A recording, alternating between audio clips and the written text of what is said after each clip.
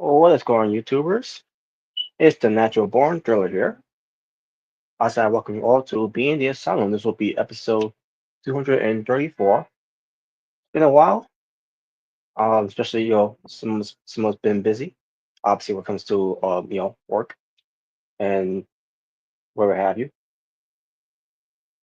So yeah, and also for what comes to me, um, I'm starting feeling a little bit under the weather with a bad sore throat. It's not that bad, obviously, as you can hear me, but um, it's getting a little groggy, in the inside, and it's trying to catch me. But luckily, I got me some halls with some honey and lemonade, I mean lemon flavor, I should say, and I got me some green tea from Linton. So obviously, it's gonna be a work in progress until my voice is clear from all that, and hopefully, I call you for a call out with me. So, but it is what it is. Um, so with me tonight, it's only one member of the panel. I don't know if spoiler. I don't know if the Omega Red's gonna show up. Don't know if he saw the link or whatever. Don't know if he's already passed out. as how I see right now, um, he has not seen it. So don't know if he'll show up or not. But even if anyone else didn't show up, I was gonna come up here alone. But luckily, I'm not alone because I got here the True Chamber. We start. Um, hey Robert. Hey Oh, Alexander. Hey Christian. How you doing? oh, don't worry, we're getting to that. We're gonna get to that when we get to the when we Oh, talk about the I can't wait. mm, I can't wait. not about SmackDown though, but when we get to the predictions, obviously what comes to Night of Champions. But Okay. Okay. but we will get to that. Uh, Basically, what you're gonna uh, hear our opinions um, about it, how we feel about it. As well, I we've seen mean, it. Mm, right now I feel about it. So I think you already know mm, how I mm, feel. mm. Well, uh, Um, I'm pretty sure you're not gonna be like one of these people. We'll get to it. I'll get to those people. I'm gonna get to them. Yeah, when we get to it. yeah, I'm not gonna be like those people. They enjoy it. Spoiler alert. But But yeah. I, I, Um. I didn't overrate it. But But so, but also let everyone know when it comes to that promo when we do talk about I'm gonna go through it word to word of what he said. But I thought some of it was it was okay. clever, but at the same time I'm like um yeah I didn't I still didn't enjoy it, but you'll find out why when I get to it. Let me guess, because he copied CM Punk and you're a CM Punk fanboy and you cried a while. It's not it's obviously it's not because of that, but um obviously it was Punk's material, and Cena basically what he did was a bootleg version of it. Yeah, So. he plagiarized it, basically. But yeah, but we'll get to it though when we He get did to his it. own spin. All right. But before we do Andy as well when it comes to talk about some other things, um I want to bring up last time I did VTA where you guys were gone, and there was I don't know if you guys may have seen some new movie trailers as of late that's coming out when it comes to sequels. Sequels? That's right. Um, Now I of don't know what? if you I don't know if you maybe have seen other movies. There are I'm talking about trailers. I'm saying what comes to that are new ever. And this is a is a prequel ever. What it might be a prequel to maybe to a sequel ever. I don't know, but it depends. Um Yeah. but basically what I want to talk about is the ones I mentioned. There's three movies that when it comes to those trailers that are sequels, obviously. Now one is on Netflix, Mm-hmm. obviously, and I think you know which one I'm talking about. And the other two that that are going to be in theaters, this year, Mm-hmm. and one and all three obviously all three of these movies you're familiar with. Obviously the first one, Happy Gilmore 2. Yep. It's gonna be on Netflix. That's right. Yeah, so I was basically talking about me seeing the trailer of it, and I'm like, all right, it was pretty good. Yeah, we saw a lot more of MJF in Oh the yeah, trailer. we did, yeah, we did, Yeah, and he is also one of the. yeah, and also Anna Sandler's daughter, who's in the movie, she's playing the role of being the daughter. Yeah. Ironically, Yep. I did not know she was in movies. Yeah, that she could be in movies. Comes to her being an actress already. Like, oh shit, that's crazy. Like, Yeah. It's nepotism. Oh boy. but yeah, but I enjoyed the sequel. I mean the sequel. I enjoyed the trailer of when it comes to the sequel of Happy Gilmore 2, especially when it comes Yeah. to some references that was from part one, and they put it into part into this one that's coming up. Yeah. Also, Eminem was part of the trailer too, which that kind of shocked me. Hmm. I think we did see Becky in the trailer. I think for a little bit. I think Because yeah, I think she's also it was brief, but she wasn't it. yeah, Yeah, she wasn't it. 'Cause I was looking at too the trailer like, wait, is that Becky Lynch? Like it look like her and all that. I'm like, okay, so I guess she's in it too. yep, So yeah, now hopefully that both sides doesn't have an issue with WWE and AEW wrestlers having movie roles together. yeah. AEW's gonna sue. What? Yeah, you I said it because the same thing with when it comes to Queen of the Ring. You know, Yeah, yeah. Because I think Naomi was part of it too, right? Naomi was part of that movie. yeah, yeah, Yeah, and also Tony Storm, obviously. Camille was part of it. You know, yeah. so But with Camille, you want to know that because they barely AEW barely promote her. yeah, I I really don't know what's the issue with both sides when it comes to it. But yeah. I don't know because I haven't seen her since like I haven't seen her since she quit. From Mercedes. yeah, and for those maybe I think that that's like the watch last time we saw maybe her, right? uh I guess maybe uh yeah I think but also at the time when it was still around Rampage, if it was so much Rampage Mm. yep, I probably saw her last on there too. When she got attacked by someone. And guess what? We're not gonna know who attacked her because guess what? I think she's gonna be gone. I don't know what's going on with both Yeah, sides and all that, but yeah, the fact that they haven't brought back yet, and not giving us a reason or why she hasn't come back since, and there's no excuse of why they couldn't promote her when she's has second important role in that movie. yeah. I don't get it. I don't get why I don't get what's going on. And they can't say because she's doing American Gladiators. That's not being an excuse either. No. Which by the way, great job for her for being part of American Gladiators. Yeah. She could be used a lot more than AW is. So there you go. Yeah. Um, Exactly. but anyways, but yeah, but that was but that was Hammy Gilmore tour. That was all I was talking about when it comes to this the trailer sequel. The other one, Hmm. I'm pretty sure you're more familiar with this one, the Black Phone. Yep. Yeah. Actually, I remember me and my best friend Brandon. We actually saw it in theaters. Um, that was the first movie we saw together in a while. So Or yeah. So it's getting a sequel. it is. Yeah. I was shocked Yeah. that I was getting a sequel. I'm like, wait a minute, I thought he was dead, Yeah. Yeah. I thought so too. I was actually surprised, but I but it's mean, the I guess spirit. it's like with these. Yeah. So hey, with horror villains, they never always go away. It's either they come back from the dead or there's multiples. And I remember the son about tagline of this movie. I think it's death is just the worst like that. Yeah, yeah. And I'm So like, holy I'm shit. interested.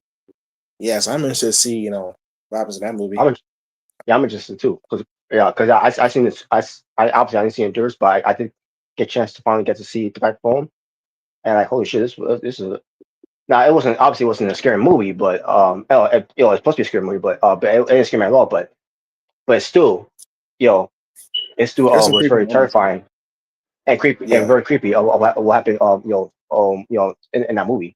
Again, not gonna spoil it for anyone that hasn't seen it yet, um yeah, but based um but I'm pretty sure y'all already knew what it was about, when it comes to what he did. Murdering son of a bitch. yeah. So So I'm excited to see. I'm looking forward to seeing what happens in that movie. yeah, I'm interested to see what part two is gonna do with this guy, who's supposed to be dead, but he's back haunting them. But by the way, I really love that mask. That mask looks really really cool. Yeah, I and mean, you I and think that's and that's and that's yeah, Bray Wyatt got inspiration from that. yeah, I was gonna say too. Bray Wyatt had was inspired of this movie that he did a mask for that. So, Yeah, but yeah, the but the Black Phone 2 is coming out this year. somewhere from October, I think they said. So basically, somewhere close to how days before Halloween. So, which good thing because it is part of Halloween. Based how the movie always represents to us. So, Yeah, it's perfect for Halloween. all right, and the other one, which I knew it was going to be a sequel because obviously this is based on the musical Mm-hmm. Wicked. Yep, I think it's called a Good End, Good Choices, or something like that. For good. For good, right? Yeah. So Wicked for good. We'll be having a sequel that's gonna be in November. That was from basically it was in the works since I believe after the pandemic because there was good. I think they were planning on doing it uh, you know before the pandemic happened, but because the pandemic happened, Yeah, it um got you know delayed. it got delayed. So they have once it was safe to finally do something. They finally had the time to do it, like not just for part one, but for part two. So now obviously, if anyone's seen part one, again, it's based from the original musical of Wicked, and obviously based on the one the Wizard of Oz, obviously. Yeah. So um Yeah. well so Wicked 2 is gonna be in theaters on November of this year, and I'm excited to see what that's going to do because I enjoyed part one. Part one is great. In fact, I think I said this before already. But that part one was so great. I watched maybe about 5 to 6 times, I believe. That's Oh wow. how much I enjoy. Yeah, that's how much I enjoyed that movie at all. They did a tremendous job with that movie. So yeah, I'm just gonna be looking forward to see what they do with this one when it comes to it. Now I'm not gonna see. 'Cause I didn't see the musical at first. But I heard about this about 3 years ago. But I'm not gonna watch the musical, because I want to see the movie for good comes out. And then I watched the entire musical on YouTube because actually there were some people on that got that musical that was back in 2004. So it was the original cast people that did it. So yeah. Um, Now this could be just another part after Wicked for Good. Don't know what if that is in the works now. If they're ready to in the works of it, but um, could they say it's gonna be like a 4-part movie? I don't know if that's gonna be the case or not, but I guess we'll see if that's gonna be the case.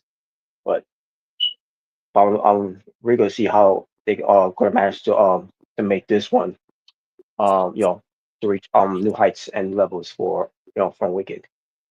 So that should be something to look forward to. Mm-hmm. But besides that, have you seen any other trailers as of late? Mainly the Fantastic Four and Superman Yes. one. Those Yeah. are mainly ones I've seen. Yeah. I don't think. Yeah. I don't think I've seen the Superman one yet. But I did see Fantastic Four. And like all I could say is because of that Fantastic Four. And like at least we could see Galactus. Yep, and he's not just a cloud. He's not just a cloud. No. Yep, Oh man. and I did like That how was they're that was the only gripe out that people had because they were excited to see Galactus from Fantastic Four 2, but unfortunately we got Cloud instead. yeah. So, but yeah, we're finally gonna see Galactus, and he looks really amazing. Yeah, he Um, does. He does. I did like how like in the trailer they were teasing the things like catchphrase, you gotta say it, man, you gotta say it. It's like I'm not gonna say the thing.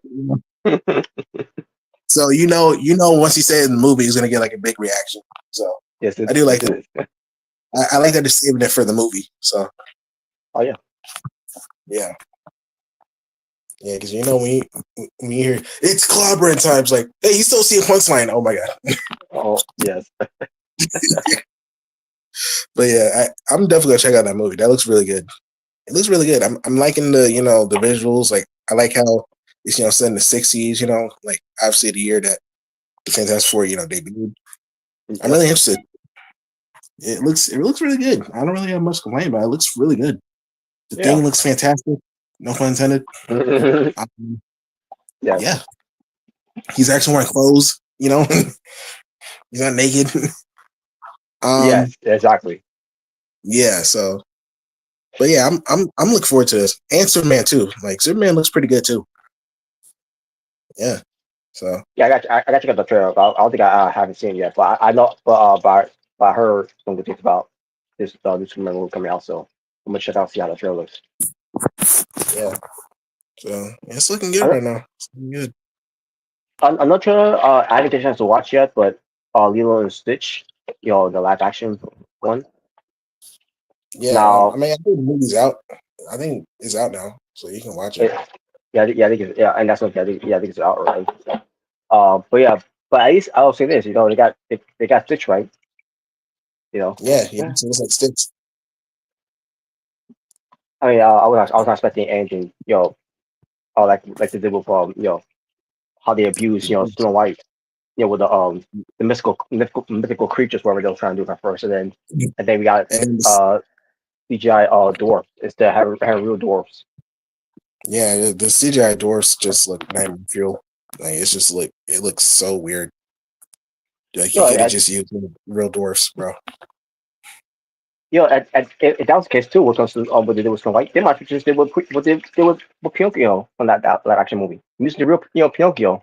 Oh You boy. know, I mean, I didn't have anything wrong with that. I didn't have from that. I thought it was unique how they did that, but I still enjoy that movie of it, but still, but at the same time, there was no saving that movie, Snow White, especially who's the actress. Yeah, exactly. I We mean, yeah. And like I said, even if she didn't say what she said, I feel like just just the stuff like with the doors and stuff, and just hearing about the original plans, like it was already, and people were getting sick of the whole remix anyway, so it was dead on yeah, arrival, no matter and what. that is true too. Yeah, because this is beyond the what Rachel Zegler said. Because she's so a narcissist, Yeah, but the big issue is yes, it is Disney screwing up the remakes of it and not doing it right, and they're not going by what by the tradition of what it should be. I'm not saying you know when it comes to when they do that oh yeah, we have to change this and change that and that and if we have to do something way better than that um yeah, I don't mind like some because changes. Like you don't have to do it. You don't. It doesn't have to be exactly like the movie, like the original, but you know, yeah. it's just some of the changes was just really questionable. Like the fact they were going to really have like 7 mythical creatures like as a replacement of the dwarfs. It's like, really, dude? Like, come on now. That was that was ridiculous. Yeah, Hell, if and that was the it's case, kind of, they could have done with well what this director did with Dragon Ball Evolution. oh boy.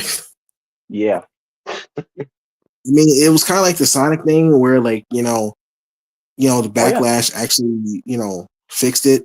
The only difference yeah, is the only difference is like Snow White, they brought in the dwarfs, but it weren't actual, like it wasn't like real people. It was like CGI, and they look yeah. weird. So like it didn't really fix much. Actually, I think it just made the problem even worse. You know, but I don't know. Just yeah. Disney I'm, man, they've been I'm slacking. I'm worried they're gonna do a live action of Frozen. Oh boy, I'm afraid Jeez. they'll probably do a live action version of freaking Princess and the Frog and ruin that. Oh God, yeah. 'Cause I like that movie. Oh yeah, that's a good Um, one too. yeah, I'm afraid they'll probably mess it up. But yeah, man. But either way, yeah. So far that's basically it when it comes to talking about these mutuals, folks. Um, and we'll see if any other mutuals, that piques our interest, that comes up, and we'll talk about for the next time. So yeah, but yeah, there you go. All right. Now before we talk about Night of Champions and also what comes to AW, what comes to Grand Slam Mexico, um, Hmm. this time let me bring up first. Cedric Alexander. So Yep. he is not in AEW. No, he's not all elite. He's not No, gonna hurt people. no, because now I didn't see the show yet. I'm assuming that Cedric Alexander showed up in TNA Wrestling. Happened this week's taping. Yeah, Um, they saw the clip of it in YouTube, so I did see that. yeah. So yeah, and by the way, when I say this, just this week's taping, I meant this week's taping because last week of recording the show and then it'll air this week. That's what. Uh, So I'm assuming that's this is it was this week's show that I didn't see yet because I just got home, so can't have a chance to watch Tonight Impact yet, but I'm assuming it's this week's show that he showed up to confront his old friend. hmm Yep. So yeah, I'm gonna check it out to see what it is, but I'm not talking about him when it comes to showing TNA. When it comes making his choice or why he chose to go there instead of going to AEW. I'll be honest with you, I don't Busted blame him Live. because yeah, but I'll be honest with you, I don't blame him for not going there.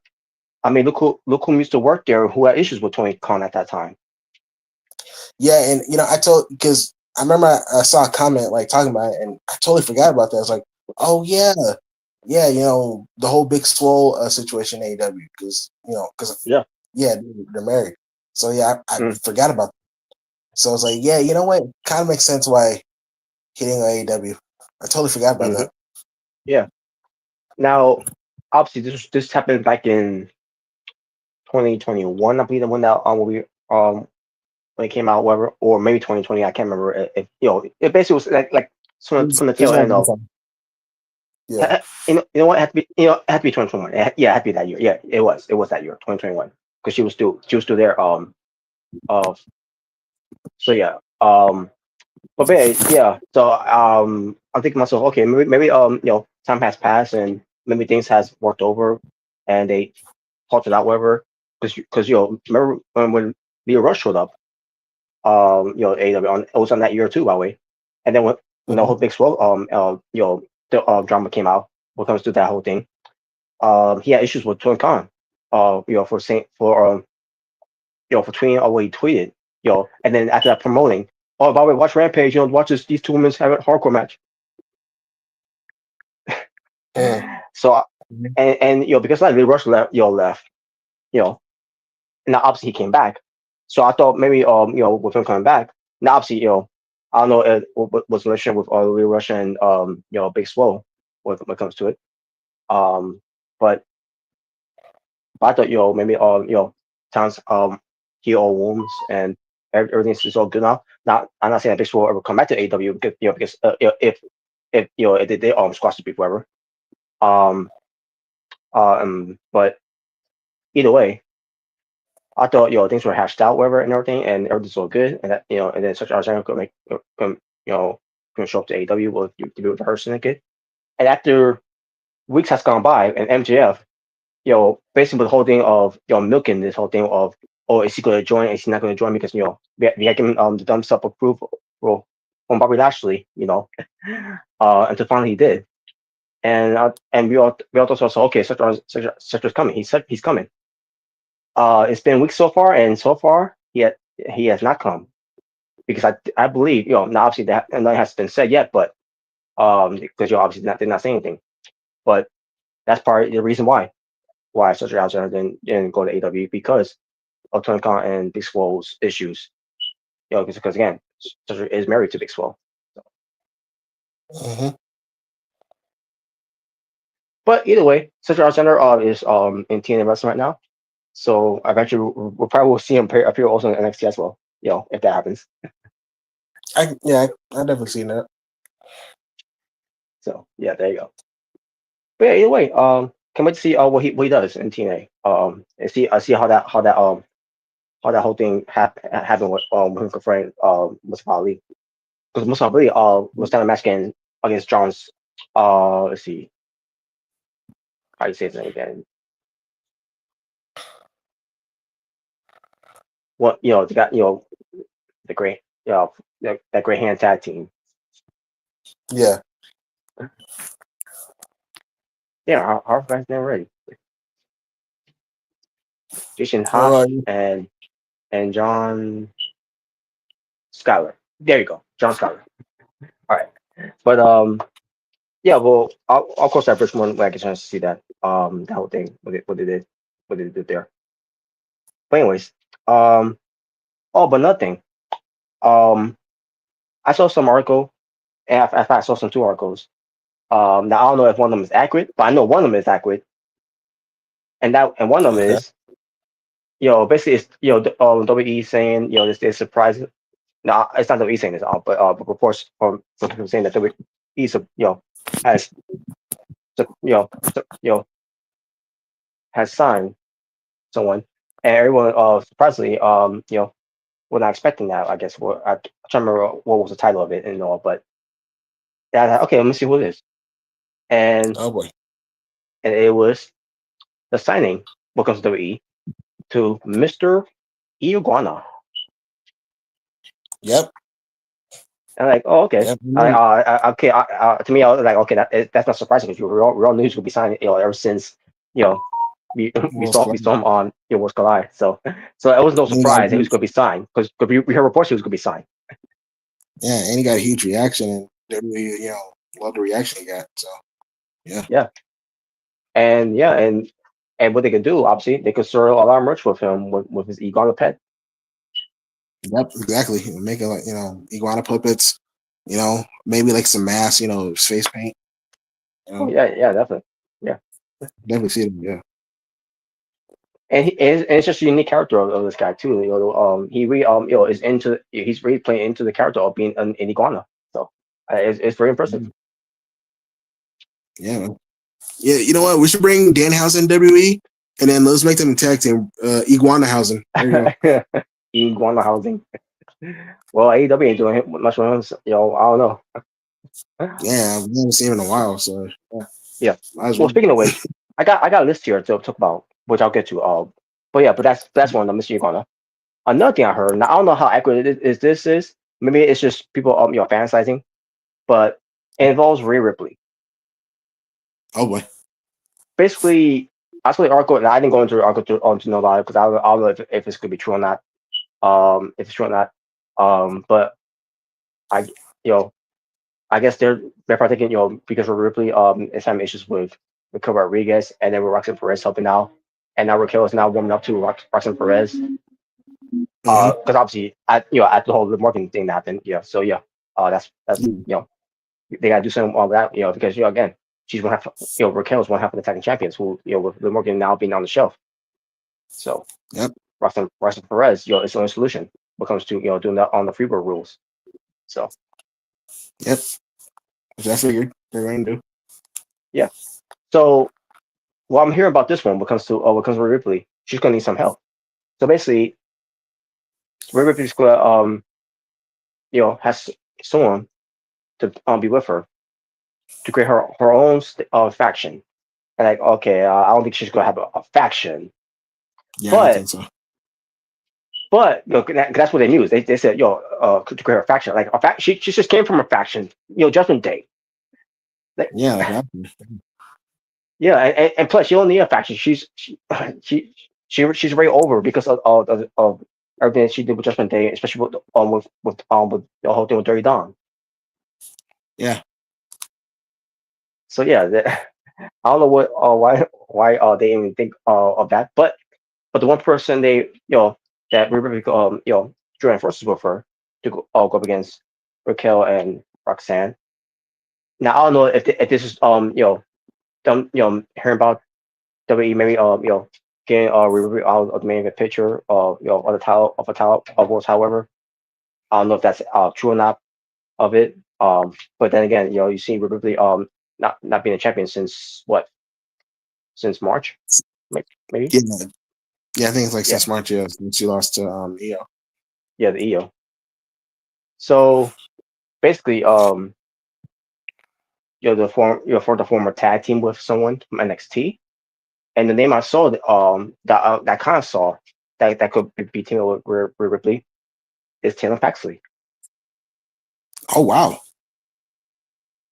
Now I don't know how actually that's going to be because I see Taylor Paxley is doing something with Izzy Dane on NXT. Yeah, she is. But that'd be So I interesting think though. and I saw two segments of it by the way. So I'm seeing this on like Izzy Dane is trying to you know especially I know she's doing she's on playing mind games. She's manipulating Taylor Paxley to be her friend and everything.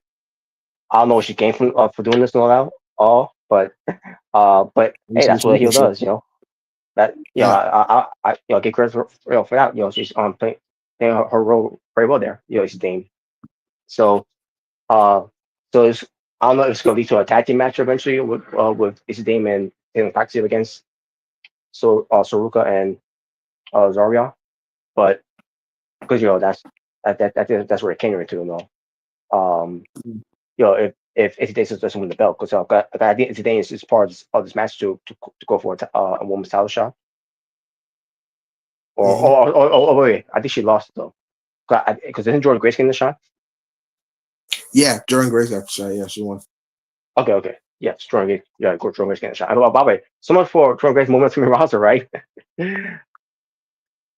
Yeah, I mean, I kind of figured it was gonna be too early, so I kind of figured she was gonna Yeah, stay a little.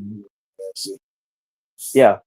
And for those people that thought that Blake Monroe was gonna well, I'll be honest with you, I thought she was too, but well, they decided to kill that one now. You know, Well, I mean, she just came in, so no, actually, I mean, no, she's automatically buried. No, she got buried. She's buried. I mean, I kind of, they kind of tease it when when Phil influence put to a table. So I thought to myself, oh, okay, so maybe she's gonna get a win off the match that she's in when it comes to qualifying for one, and she's gonna become a more contender, and there you go, and like, well, so much for that, because we're aggressive candidate. But I heard something else too, by the way, what comes to Yeah, Jordan Blake Grace, got buried. I guess. But not only by she's her name, but and then she got buried by getting put to a table, and she didn't win. So there you go. Yep. But anyways, And she's gonna be calling back to AEW soon. Yeah.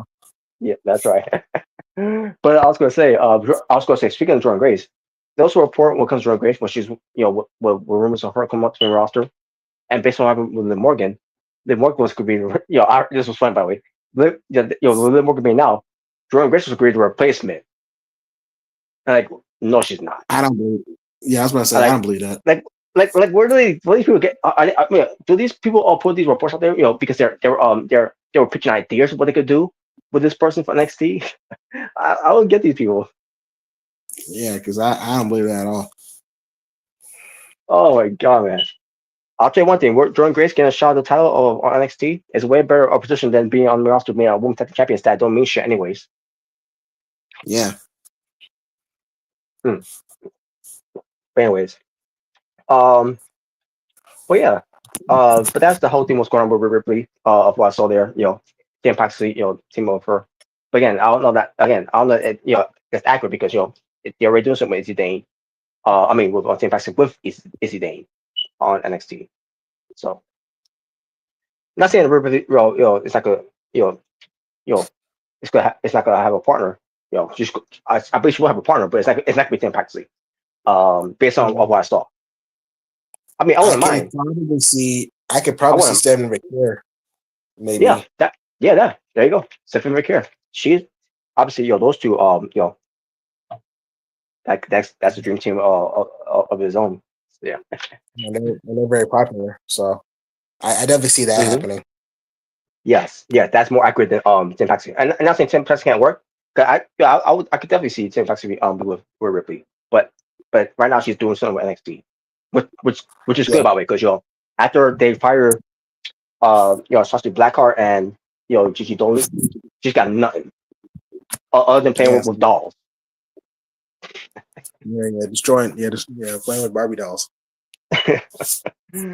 Oh man. All right. Okay, so let me see if I can find this article. I'm sure I saved it in here somewhere. When it comes to about because you mentioned about Dan Housing. Let me see. Is this the one? Okay, I think this is the one here. Okay, Okay, from WrestleTalk.com. Wait for it to support. load. What's the tone? Yes. Okay, so yes, it's on. Is this one? It's from Wrestle Talk on this article. 7 new TNA wrestling signings. I will read to you, and let me know if you think it's accurate, if it's happening. So here we go. Number 7, The Righteous, Vincent and Dutch. I believe that. I can see that happening, I can especially see that too. joining Elijah. I can see that. Oh yeah, definitely, yeah. Yes, Especially I can see. AEW had a chance to do that, but they didn't do it. Yeah, they signed the Ring of Honor, and they didn't really do much of anything. Oh, then lose. Yeah. Yeah, so Yeah, they dropped him. Tony, people always say Tony fumble. Well, yeah, he definitely fumbled on The Righteous. he fumbled the Righteous, like, for sure. He could have He had his did. own Wyatt family group, and turn it into his own on AEW Ring of Honor, whatever, and he fucked it up. Yeah, so They were buried more than Wyatt family got buried in Well, WWE. yeah. I mean, you barely saw it on television, and So hopefully, ain't winning anything. it's yeah. So hopefully it is accurate. Yeah, they go to TNA, but because originally they were supposed to go to WWE, but then this man came back. Because he basically he bullied his way back in because you can't sell the company without me. Yeah. Yeah, pal, I'm back, better than and ever. and that's why Eric asked for his early release. He just came back to he came back to the company to ask him back his role, and maybe eventually he'll be back on TV. And then as soon as he heard Vince came back, he's like, no, I'm out. Yeah, Oh man. But anyways, but we'll see. If Righteous does come to TNA, which I'll be fine with if they come to TNA. So I I can see them, join, Elijah. So yeah, yeah, and also too, Karen Cross was decent on Instagram about the Righteous. Cause oh I Yeah, I don't know if you've seen it. I think he was playing the music in the background, and I heard the music, and like that sounds familiar. Like, and basically was decent, and that could be possible. Like, oh shit, that sounded like the Righteous music, and like, oh shit, they now obviously TNA is with WWE, but still, yeah, because again, originally the Righteous was supposed to come in WWE, so maybe that's be the case. yeah. Maybe they can go to WWE too. Yeah, you never know. So yeah, I you mean, never Vince know. ain't there. Yeah, Nope, he ain't there to fuck Andy up now. yeah. But The final righteous. all right, let me try and find this article again because I'll try to get this out of the way. All right, we go. All right, so that was number 7, which is again the Righteous. Number All right, 6. Let's see what number 6 is. Uh, Sean Woman. Right? John Waltman. Oh, Get Shayna it? Baszler. 6. I can see her. I can see her going TNA. I can see that. Yeah, I Either can see it going TNA to or TNA either TNA or AEW. or AEW. Yeah, especially since her friend Marina's there. So Yeah, I rather her go to AEW. That way, if she does go to TNA, I won't hear that or well, how that sound. I mean, if she goes TNA, she's not gonna. She ain't using that theme No, song. no, She's no, not gonna have her. no, of course not. Yeah, of course not. but Thank but God. yeah, yeah. Convention. The And superstar. that's how you would hear in the '90s, by the way. Like, It sounds oh like my god. something something you would start like when you create a character, and try to create an entrance. That's what it sounds like. Oh man, yes, Parts unknown, the superstar. That's what it sounds like. Like, yes. jeez. But yeah, but we'll see what Shane versus lands though. Is she less clear Mhm. TNA? Cool. Uh, Yeah, should be feel that, like a badass again. yeah, All right. It took me to an Amazon ad for a reason. All right. It's page for number 5. It's the former Cora J, Elena Black. So if you've seen her interview that she did with I believe with Ariel Helwani, yeah, obviously yeah. she's not good. Obviously she's not going to TNA because TNA and WWE, in partners on that. She already done something there. So she wants to get basically away Hmm. from there. But she hasn't burned no bridges and all or anything. Um, Yeah, absolutely. because Yeah, cause she just want to try something yeah, different. because she just wants to understand different. So I do see her going to AEW more than anything. Because again, which would be great for her to go to TNA, but she already stated that she doesn't want to go there. Not against the company, but she wants to do Yeah, something new. So yeah. I mean, she'll go back to AEW. Yeah, but I this thought time she was actually established star. yeah I thought she went to other indie shows too as well. So she's exploring. Like she did before. Yeah, so I just hope they don't just take her straight to Ring of Iron and do nothing with her. I just hope that don't Yeah, happen. yeah, exactly. Yeah, so All right, then we move on to number 4, all and right. it's Dan Housing. Ooh, Dan Nelson and TNA. Hmm. Now while he's still signed with you know with AW, but has not been used. So yeah. Yeah, I I forgot the last time we seen him. I can't remember at all. Well, last time we It's saw been him, so, but yeah, it's been so long. yeah, been so long. But yeah, But yeah, but he's one of them that they mentioned though. I wouldn't mind Dan House and TNA. I think that'd be cool. Hmm. Another one that could be there, which I could see her doing it.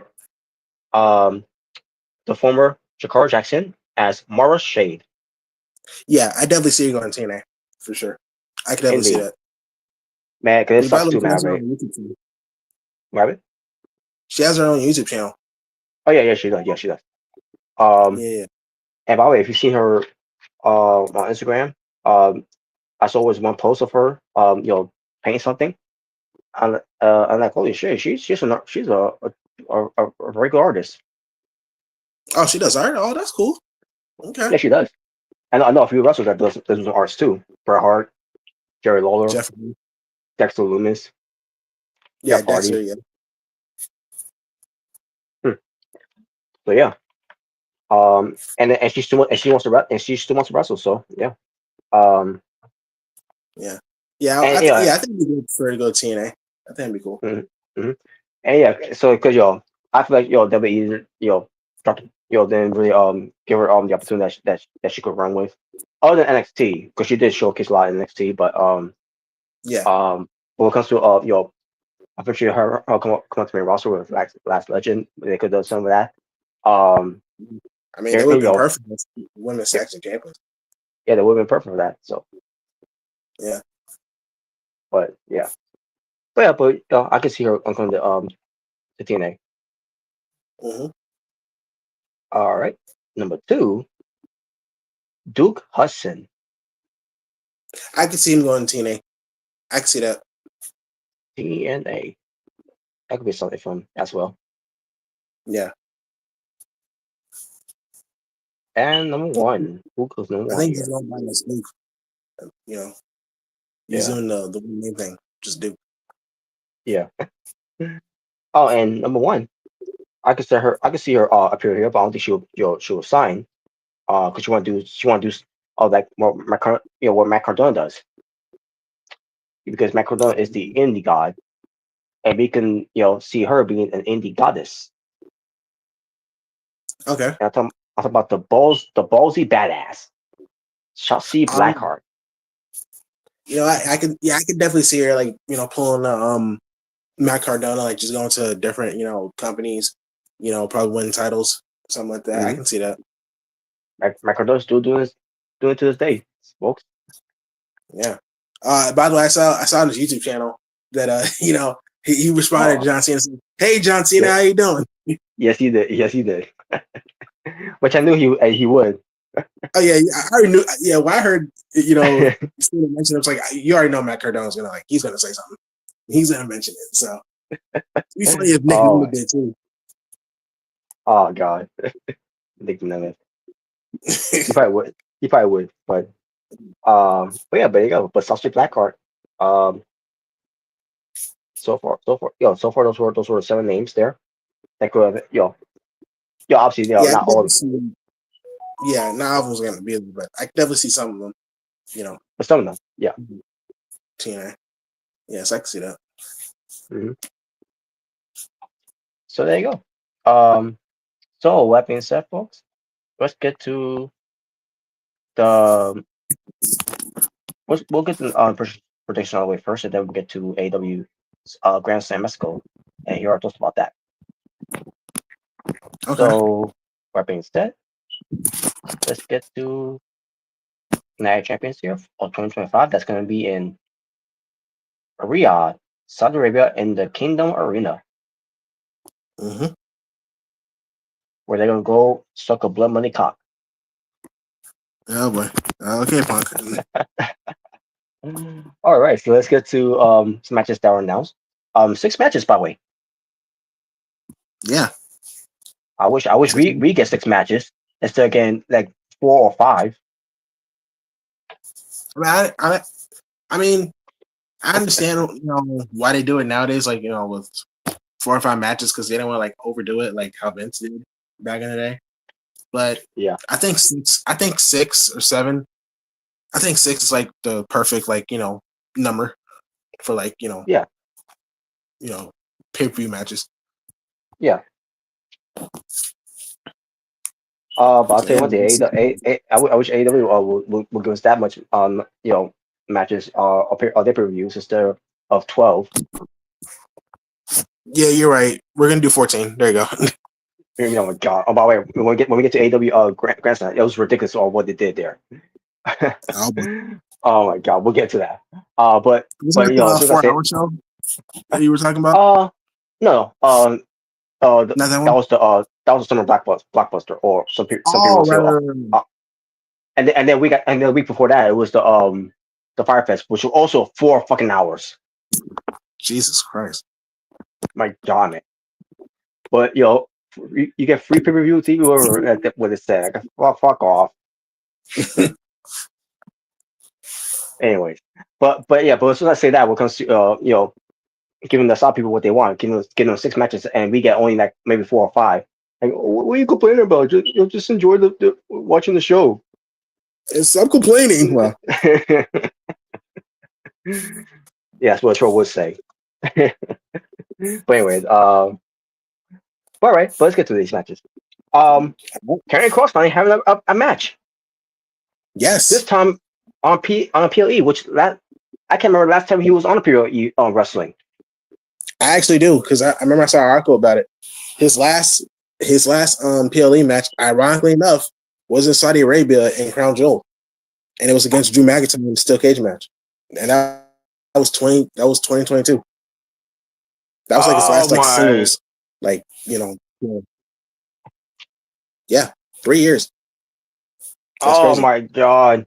But And yeah, and if you count WrestleMania, when it comes to the Failure Testament against Lashley and Profits. yeah, but yeah, Oh, he's finally that's getting crazy. PLE match against Sami Zayn. They've been building this up for a while now. The Yeah, backstage yeah. segments. I mean, just recently, Sammy punched Carrie in the face, and Mhm. obviously, he said he's gonna talk to Pierce, and we're gonna have a match. And Scarlett was like, stop it, and he smiled. He's like, got him. Like basically, he got what he wanted. Got him. So yeah, man. Finally, he's getting a match. He's finally, getting some TV time. He's finally getting a PLE match, and like a singles PLE, PLE match at some time now. So yeah. There he is. I wonder what the reaction is going to be in Saudi Arabia. I wonder if he's going to get a big pop. because you already know Sammy's gonna get a huge pop in Saudi Because we Arabia. all know Sammy, which is a problem because Sami Zayn is over there in Saudi Arabia. So I wonder what Ken Cross will get that type of reaction as well. But I guess we'll find out. Yeah, so maybe he'll get a heel reaction. Since he is a heel technically. Yeah. Maybe he'll get cheered and then it'll be like a double, like let's go, Sammy, let's go, Cross, something like that. So I we'll guess see. we'll find out. We shall see. Yeah. But yeah, now as far as of the match itself, um, Sami Zayn might go over because I don't see Karen Cross obviously going over. He should. I think he should go over. I hate to see Sammy lose to Cross. Well, and Sami Zayn ain't doing better here because he didn't win the King of the Ring tournament. So yeah. And plus, I think they'll still use Sami Zayn. Like, he's one of their top like bay faces right now, so he's still gonna get used. I don't think a loss is gonna hurt him. And plus, it's gonna build up the underdog story, with him. So I think he'll be fine. Yeah. Karrion Kross really needs it more than anything. Yeah. Obviously he's all for Cross getting a push. Especially he had that match against Akira Tozawa 2 weeks ago.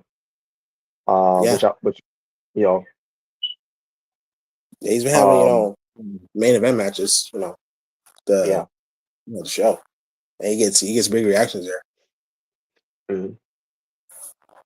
Which they will capitalize more of him on main shows. Yeah, hopefully after this match, maybe it does happen, and we'll probably get another match in SummerSlam. So who knows? You would think we all thought he was gonna have a match at WrestleMania. He was still at WrestleMania, but then they didn't have a match. Yeah. Well, I feel like I feel like it was kind of blessing in disguise in a way, since he did cut that shoe promo, and that's when he started really getting reactions and stuff. So again, yeah, because I feel like if he does have a match, like I don't know if we get that shoe promo, and I don't think he gets his over. He's gotten.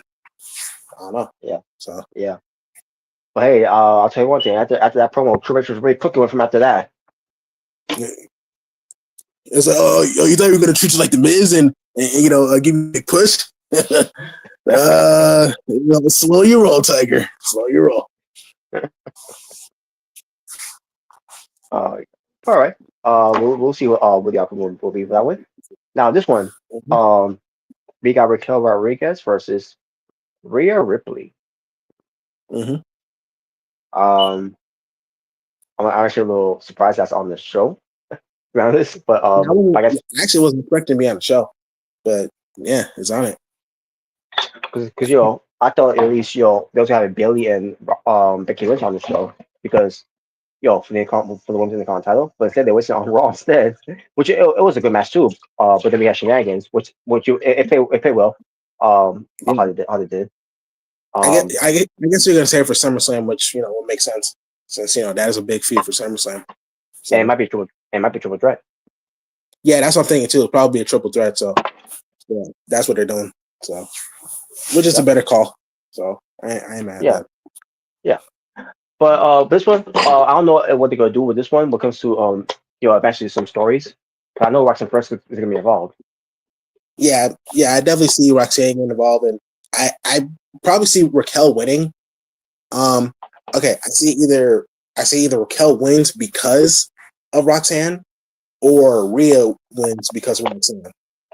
Basically, I think Roxanne's gonna be, the factor of like who wins, depending on what happens. So,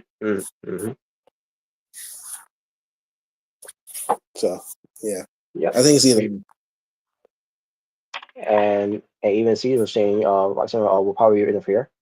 So yeah. And oh no, and please, I will not do that to Rhea. Rhea and Nikki teaming up, no. Oh no. Like I said, know what? You know what? Would be best role for Nikki Bella? How be the host of Evolve? Yeah, I mean, Yeah, to be I mean, be the host. evolution, Yeah, evolve. evolve. I mean, Around smart. then again, she could be a host on that too for one night, and then there you go, gone. Yeah, I definitely don't want to But see Brie mode. I don't want to see that. I want to see. At the same time, I don't want to see Brie Bella, actually kicking someone in the face again. Yeah, exactly. But oh man. But no, I don't want to see Nikki Bella at all. No, And it's still sick as me. Sickening. sick as me.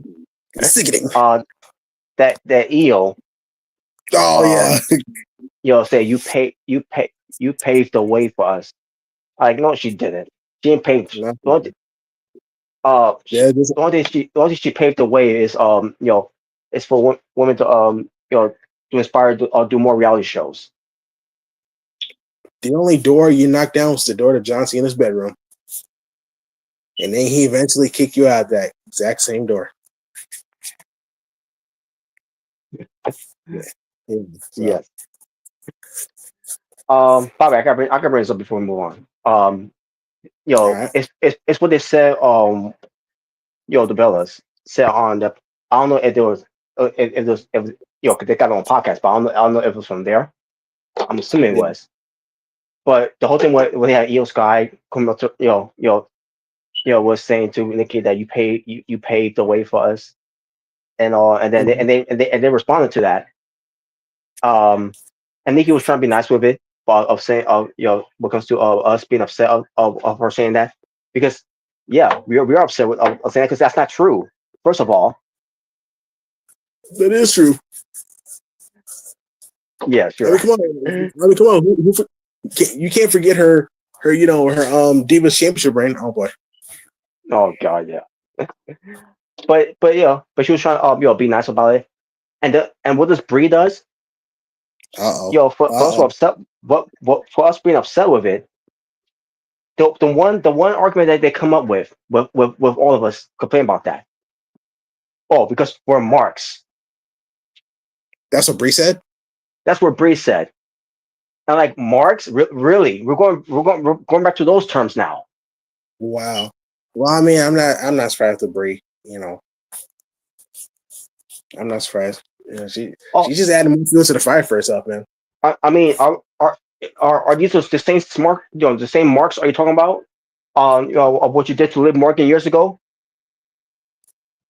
It was an accident. I And wish then, you died in the womb. Oh no. oh my God, man. Did she also like injure like Selena Vega too? One time? Because I Selena, remember they had seen Vega one time, maybe. yeah, because I think she like actually legit needed in the face. You know. Yeah, and then stiffing Ruby Riot on the scene, not that kicking Liv Oh yeah. Morgan, and Yeah. then Ruby gave her a receipt. Yeah. I like, I mean, holy I'm not shit, a like, big fan of I'm not a big fan of Nikki, but I don't remember her hurting people as much no, as freaking Ray did. no. Age we can say with Nikki, she improved a lot in the ring. I'm not saying she hurt people on the path of like Bree has been doing, or she's coming back, after she blames pregnancy. Well, I can't remember, Mickey James or Brooke Adams, or Brooke, that's my phone, whichever you want to say, or any Yeah. other women that came back from wrestling after being pregnant, hurting women in the ring. Like I get, some of them are different. Sometimes they get some ring rust. But I mean, this was Yeah, yeah, happening. This was happening multiple times, like when she was around in 2018. yeah, even the ring rust part.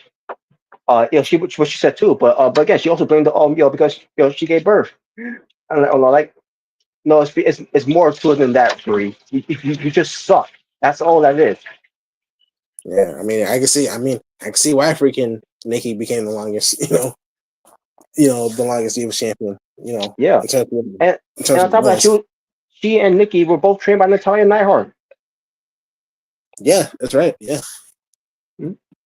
Yeah. Okay. Okay. I guess I guess Nikki was the babyface of the story after all. I guess. I wish If you died in the womb. Oh no. if anything, Nikki should be saying, it should be all the way around. Nikki Bella should be saying that so like Io Sky has been paid the way for those women to wrestle longer matches because Io's been doing this all long before. I mean, I think they started the same year, but still. But she's been having a lot more longer matches than the Bellas ever did. And and it's not fair to say it's never really fair to say that too, no, because because WWE they don't really showcase wrestling that much, especially the over jeans. So yeah. During that time, like with the divas, like it was more. They were just more like eye candy. Even yeah, the PGA during that around the time. So, oh yeah, yeah, especially the PGL was my god. yeah. I mean, they were just eye candy. I think it was like until like maybe 2013 when stuff started really turning around. Yeah, The because whole AJ deal. Lee. Yeah, because AJ Lee, and then obviously NXT, coming up. You know, Hmm. don't give Divas a chance. Yeah, sure. Yeah. I know. This is a popular, you know, Yeah, opinion, but Charlotte Flair, um, Sasha. against for NXT, Sasha, Bailey, Becky, some people will even say, to a degree, Paige. Alexa Bliss, Yeah, Alexa. Yeah, Paige. You Paige, know. Emma. Yeah, Emma. Yeah. Now even Natalia was there for a little bit. Yeah, Helping out. even tell you with again the match with Charlotte Flair. Yeah. And Hmm. and we get that match on NXT, and then meanwhile, they have Charlotte on main roster, to showcase her against Natalia, and what they give them about 3 minutes. Wow. I mean, it was a slow. It was the progress was it was slow but surely. It was coming up, and I mean, it definitely improved in terms of women's matches. Yeah, it In has. terms of,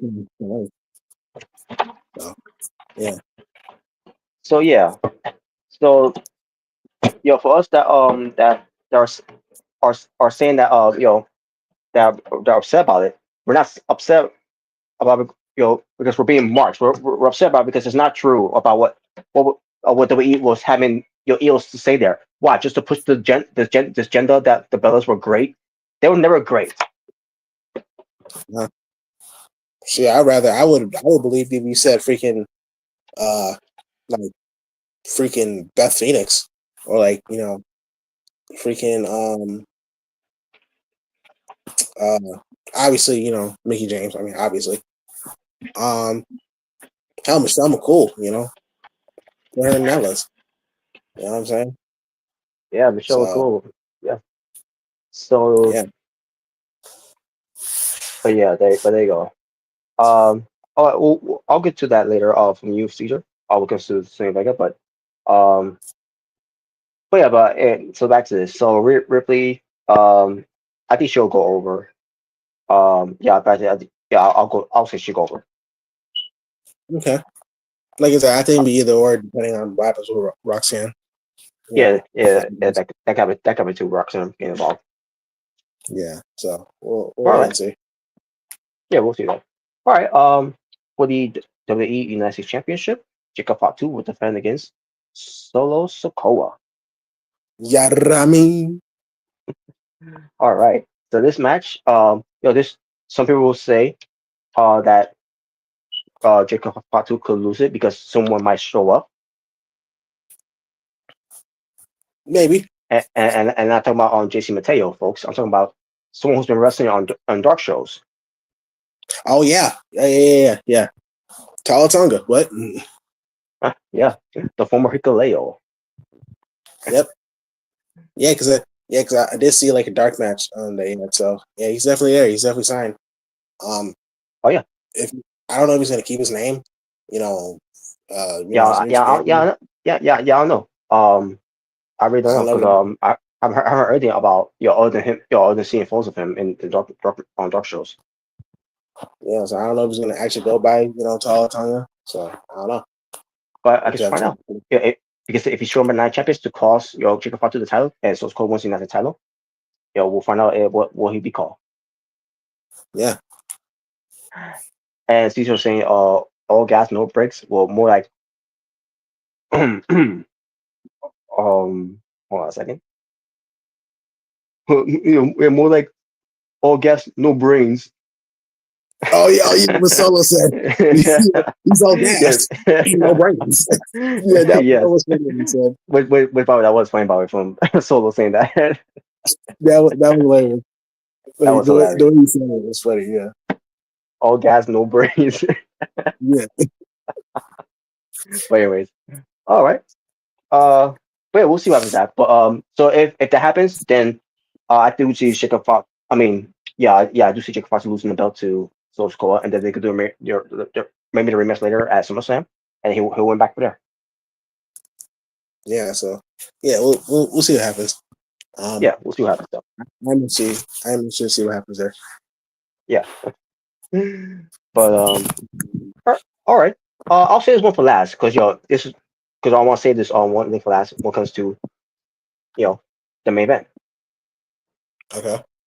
Because what I want to bring up is the two finalists on both sides. I'm gonna start with first the King of the Ring, which updates first, folks. From the first round, Sami Zayn did advance over on Penta, Dominic Mysterio, and Braun Breaker to go to the Mm-hmm. semifinals. Aleister Black, Carmelo Hayes, LA Knight, yeah, Yeah. Randy Orton, with Randy Orton advancing to go into the semifinals to go against Sami Zayn. Andrade Andrade actually. I wish he was called El Idolo too, but whatever. Idolo. Yes. But it was Andrade, Cody Rhodes, Damian Priest, and Pensuke Nakamura. Yeah, Yep. guess who got pinned? Get guess who pinned him? Not match too, by the way. It was the American Nightmare, Cody Rhodes, Yep. to advance to the semifinals. Whoa. Yes. And then it was Braun Breaker.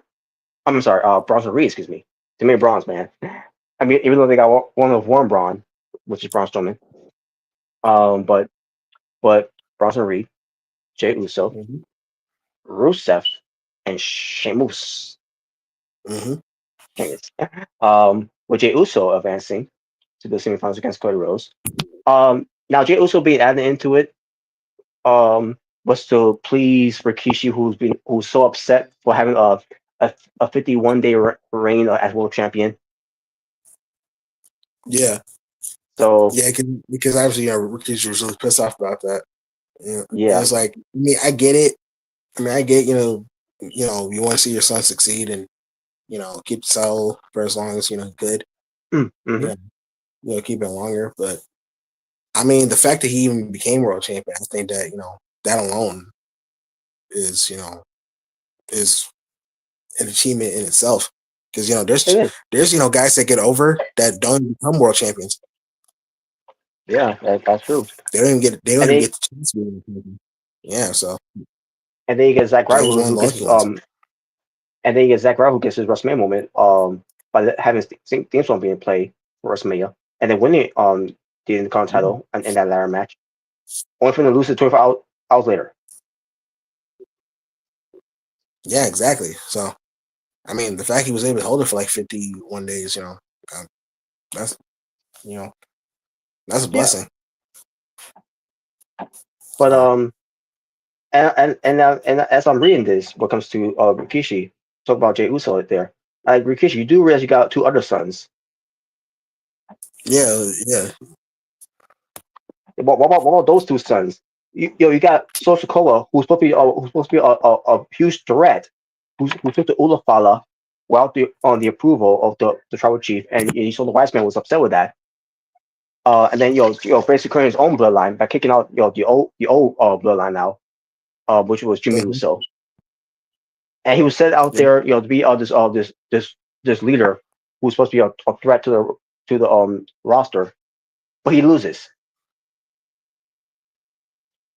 Yeah, and it didn't help that Jacob had to kind of overshadow him. So Mm-hmm. that didn't help either. That too. and they're going to trouble with Jimmy Uso, who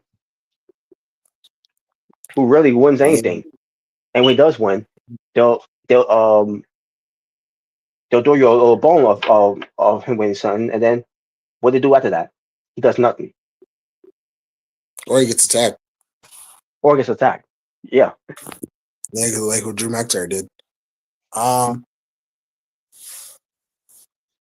yeah, he's kind of become like the the Mario Jannetty or the of the group. When you think pretty about it. much, pretty much. But but yeah, but when it comes to Jey Uso losing the belt, I mean, I agree. I think especially what they did too, by the way. So you're Yeah. so WWE's logic here, taking the belt off. Well, first off, I'm having him beat Gunther at WrestleMania. The way they did it, I didn't like how they did it with that weak ass chokehold. Some that rare chokehold they did with him, and then Gunther just immediately taps out because of that. I like that was not even on the same level that how Ilya Dragunov did. Because when Ilya Dragunov did it, it was believable. And then I was not expecting Gunther to tap out, and when he did tap out, I was so out. I'm pretty sure I remember when we did the reaction to it. I was I was I was I was I was shocked. Like holy shit! Like I was shocked too. Yeah. I was not expecting that. And that was a damn great match. Um, I was not expecting that at all. And then when Ilya Dragunov beat him, I'm like holy shit! That was how you that's how you beat someone like Gunther. Now at the time it was Walter, but still. But that's how he should have been beaten. Not because Jey Uso doing some soft moves on him. Because that's basically what he was doing. He was doing light moves on him. Especially that terrible spear. And then um you haven't given this on this run, which it was not anything great by the way. Or because he defended against Seth Rollins on Raw, which it was a good match. It was a good match. For the most Mhm. part. But with Logan Paul, I was like, I wasn't a fan of the match, and I was definitely was not a fan of how they had Cena involved, and then Cody Rhodes got it, and then I'm like, oh my god, what's going on here? And then yeah, this was a whole full main event. Um, based how they did that, but and it goes up against Gunther and loses, which it was a good match there, better than the WrestleMania match, and Gunther gets it back, and for what? Um, for you to have Jey Uso to be in the tournament, and he didn't even win the tournament. No, I knew when they added Jey Uso, I knew it was just to throw Rikishi a bone. It was Yeah, basically just a compliment, I guess. yeah, exactly. That's all that was. And at the end of the day, what does it really mean? Because he lost. He lost to Cody Rhodes. Of course, he was going to lose to Cody Rhodes. Yeah. And for what? For Gunther to be the world champion just to please Goldberg in his retirement match. Yeah. I'm Or gonna do or, it in Georgia, man. or like what Joe Gamer says here, Goldberg. Shout out to Wilmington. What's up, Rev? Oldberg. Oldberg. I'm just gonna tell you. I'm gonna tell you this right now. They better, because I'm sure it's gonna be a main event match. They better make. Yes. They better make sure that main event's like commercial free or something. They better have like commercial free special because it's not gonna last long. Oh God, yes. They gotta do something with that. But I don't know. I don't know what they're gonna do with that. Well, actually, there's not much to do with that anyways, because your Oldberg, he's got a bad knee, a bad shoulder. He's old. Bad hip. Oh my God, man! Like he's gonna be gassed. You know. Oh my God, this is not gonna be this. Yeah. Oh yeah. Yeah. Good job, WWE. There. Very very great job there to to all for this. You took the belt off of Jey Uso just for all this. Wait, it didn't even need for the belt. I thought it was just No, only supposed to please Goldberg to finally have his retirement match. Yeah, I was just gonna say, like, I mean, if you still wanted to have Gunther versus Goldberg, you could have just you know you could have just still had it in Saturday Night's main event without the belt. Like, it didn't need a championship because, No. like, for one, I mean, because for one, the fact that you add the championship, we already know that Goldberg ain't winning because, like, this is a retirement match, so you know he's not losing, he's not winning. Gunther ain't losing, so Mm-hmm. yeah, so. And that and like what Drago say here, yeah, the title reign of Jey Uso was a waste. I feel like it was a waste. I mean, I'll give them one thing. They struck when how do you say it? They struck when the kettle was hot. Like, they basically capitalized on Jey Uso when he was I mean, he's still over, obviously. I mean, he's still over. So Yes, he is. I'll give him that. But yeah, they didn't Hey, need to drop the belt. They didn't need to drop the belt to Gunther, you know, just for him to have a match with Goldberg for the title. Like, you know, honestly, honestly, I would have saved Jay versus Gunther for SummerSlam, and you could have had like Gunther go on another side quest, like like he did with Pat McAfee, and then you have him face Goldberg, at Saturday Night's main event. He beats him, and then he could be like, I beat the legend Goldberg, and now I want a rematch for the world title, and you can set up for mhm. SummerSlam. You know, Yeah, there you go. you That's that's what they should have did. could have done like that, like so. At least like Jey Uso's reign is a little bit longer, like it lasts until like SummerSlam, and Mm-hmm. then Gunther he wins the title, he becomes 2-time world champion, and then we don't have to worry about Gunther. We don't have to worry about Goldberg having a world title match. So yeah, and when it came to Kofi Kingston becoming the champion, at least they gave him a long reign. That went beyond SummerSlam. But even that was a waste because look how how he dropped the belt to Brock Lesnar. 8 seconds, which I didn't mind because 'cause it was New Day Kofi Kingston. The way he carried himself at that time. But still, yeah, yeah. And not only that, he never got a rematch. and yeah, and didn't even get a rematch. He went straight back to the tag team division. Yeah, So because he was fine. He was okay with that. I yeah, remember that story. I remember that plot they did. Like he was okay with that. Yeah, he's WWE champion. What? Are you yeah. kidding? So basically, when I started to say basically, so basically, Brock Lesnar punked you out in 8 seconds, and he's like, you know what? I don't want any more smoke. I don't want no more. No And more. Brock had Yeah, had no more smoke. No more smoke. yeah, yeah. I'm good. Hey, I have my time. I'm good. I'm good, bro. Now, even though I didn't like, obviously, no one did. If anyone's saying that they did, they're lying to themselves. When it comes You're to, like, I think Jinder Mahal was a great WWE champion. He had a great oh run. Lord, oh Lord, who says it like that? But at least with Jabbar Mahal, at least when he lost about to AJ Styles, it was actually one of his best matches. Yeah, and he held the belt longer. I mean, he really And shouldn't and have. and I'll say this, it ain't because of him, it's because of Styles. Yeah, obviously, yeah. Don't get it twisted, folks. But Hey, don't hinder the gender. yeah, I guess if you're into the gender, yeah, you're a mark, Yeah, or exactly. you don't understand nutrition. Yeah, exactly. Yeah, see, you get it. But anyways, um, but yeah, Cody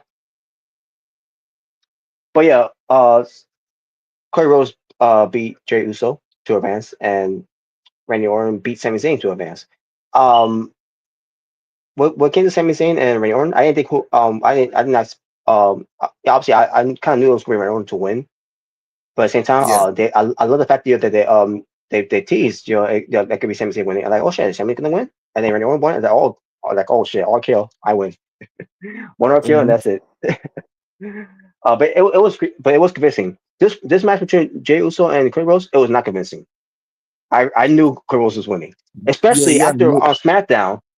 Away from the segment, by the way, on that same SmackDown that John Cena did that quote unquote pipe bomb, which we'll get to. We're about to get we'll get to it. I can't wait to talk about Um, that. Yeah. um, Cody Rhodes didn't even say one word when he came out there. He did his entrance, whoa, and then Jey Uso did his Mhm. entrance. Jey Uso cut a promo, but it wasn't really much. It was basically 4 letters, one word. Yeah. You say, we friends and all, but on Monday it's all business. I'm gonna do what I gotta do. You gonna do what you gotta do. 4 letters, Oh, one word.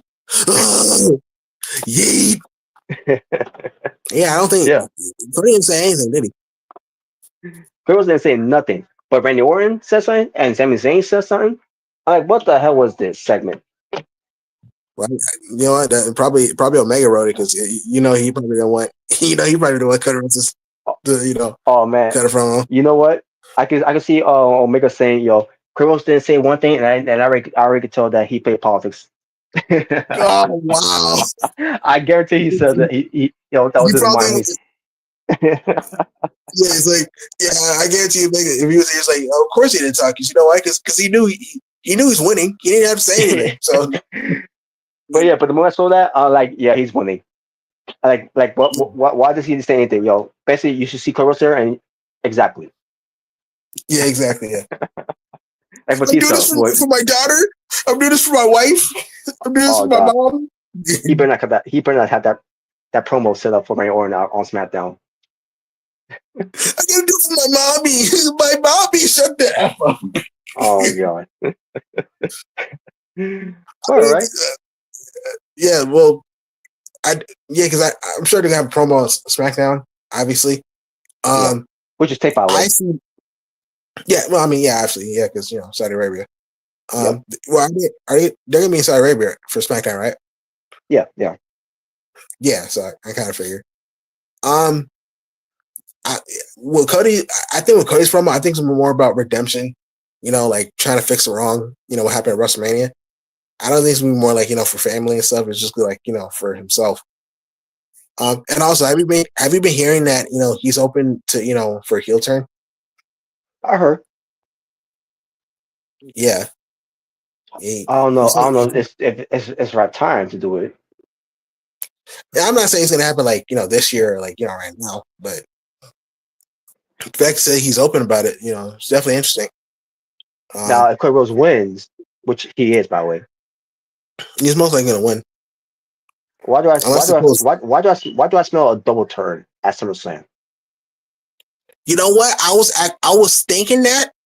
I was thinking about something like that, like maybe like a double turn SummerSlam, like maybe like Cody hits John with the title, and he just like maybe like bloodies him up or something, because obviously they do blood nowadays, and like he just like Mhm. beats him up, and like the fans like boo him, like I don't know. I was thinking about that, earlier today.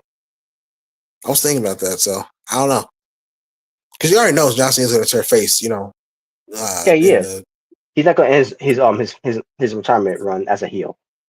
no, he's not. No. So, but yeah, I didn't think about that. And I was thinking, I mean, I doubt it, but like if they pull like a swerve, and actually have Randy Orton win, and we get like Randy versus Cena at SummerSlam, and Again, like maybe, again. Oh god. well, I mean, they had a good match at Backlash, so I wouldn't I, mind I seeing it mean, again. I mean, they did, but again, another match with these guys. But I mean, maybe if it does happen, like Randy actually wins, I could probably see Cody getting frustrated, showing more of more anger, more of that dark side, Oh you yeah, know. But we'll see what happens. I mean, I think Cody is gonna win, but we'll see. We'll see what happens. yeah. We'll see. But either way, Kurt Rose is definitely gonna win. And they'll do that match at SummerSlam. With them. The rematch from WrestleMania. And for the women's, a quick update for the women's here.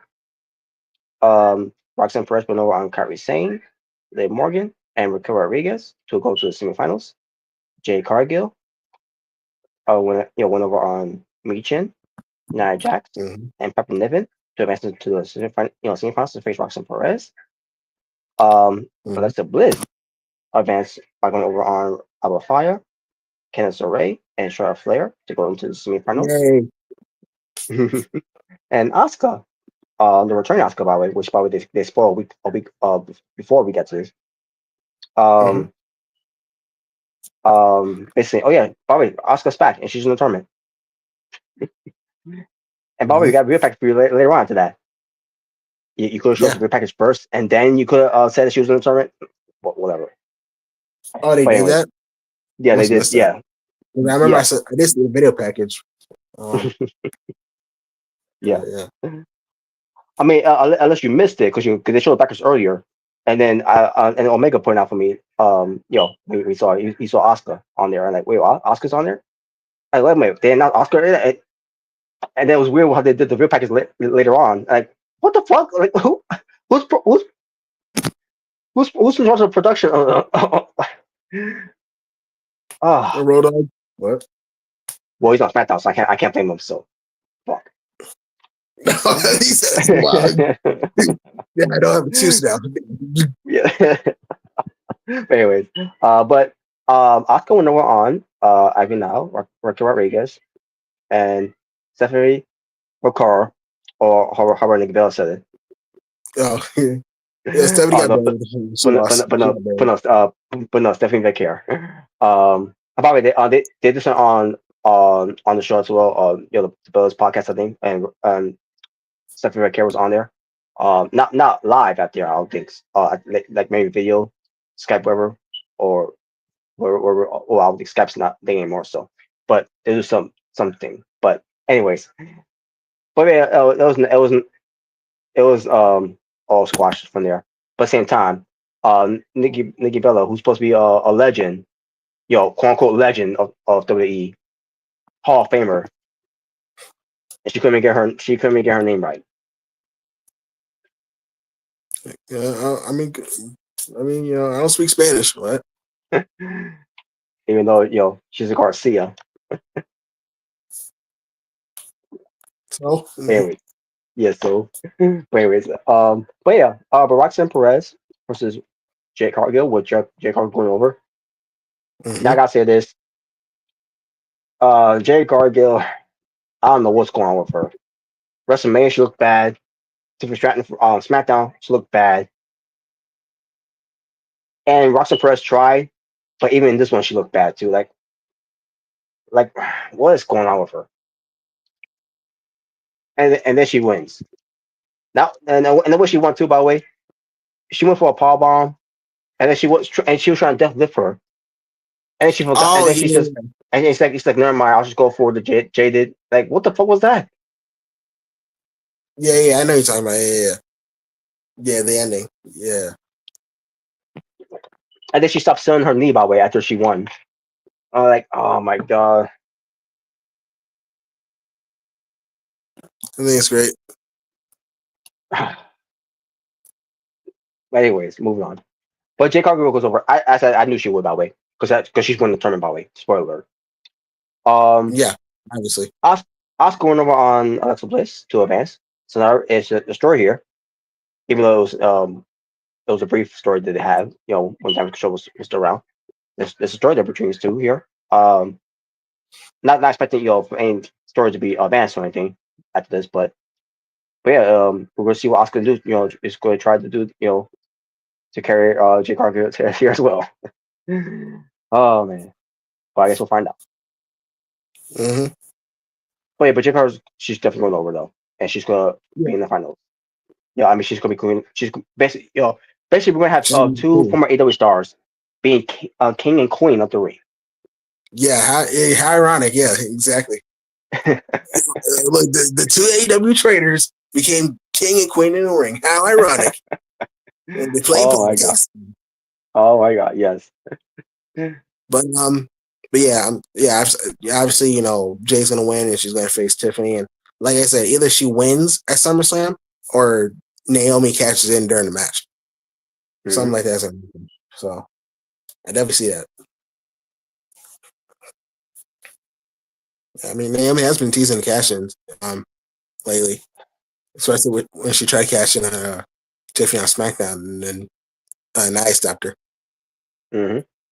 And that last women's standing match. Yeah. All right. Once again. Okay. That was reviewing sign here. All right. And the main events. That's Of good. And Dave. that will be the or in Saudi's case, or actually in our case, it will be main events of the afternoon. But for them, it's the main event of the evening. Mm-hmm. But okay, here we go. But it's for the WWE Championship, currently held Mm-hmm. by Fuckboy Buckethead, the Shift Master It's of John Professional Cena. Wrestling, the No, stop. Cornball of Pinfall, the Botch Master, Stop. the Propaganda, No. the Garbage of all trash, not the best of all time, which we'll Rob, get to Robert. about that promo. Robert, stop. What's your name I got from too? I can't remember now. Oh yeah, the butt bumper, the ass bumper. Why are you obsessed with his butt, weirdo? Wow. I never was, but ever since I've been watching, the Bruce Blitz review for all these years, and basically he always pointed out, which which it is one of it is a common thing that you when you do all wrestle when you do wrestle you do a back bump on your back, You're Cena, back. You're back. Yeah. and and not saying he never did, because obviously there are parts that he does do it, but normally he'll do some bumps and he's just laying on his ass for like what the fuck. Like I never noticed that, and like why does he do that? And I'm pretty concerned about Karen Cross, about that Lance back either. I'm like, I haven't noticed that either, to be honest with you. I mean, yeah, But I I don't heard know. about that recently. Well, that's something to look forward to now for Saudi 2 against Sami Zayn. So, oh man. But anyway, Maybe he'll do the same thing with Karen Cross. You're back. You're back. Yeah, maybe he's injured. I don't know. I don't know. We'll see. But all right.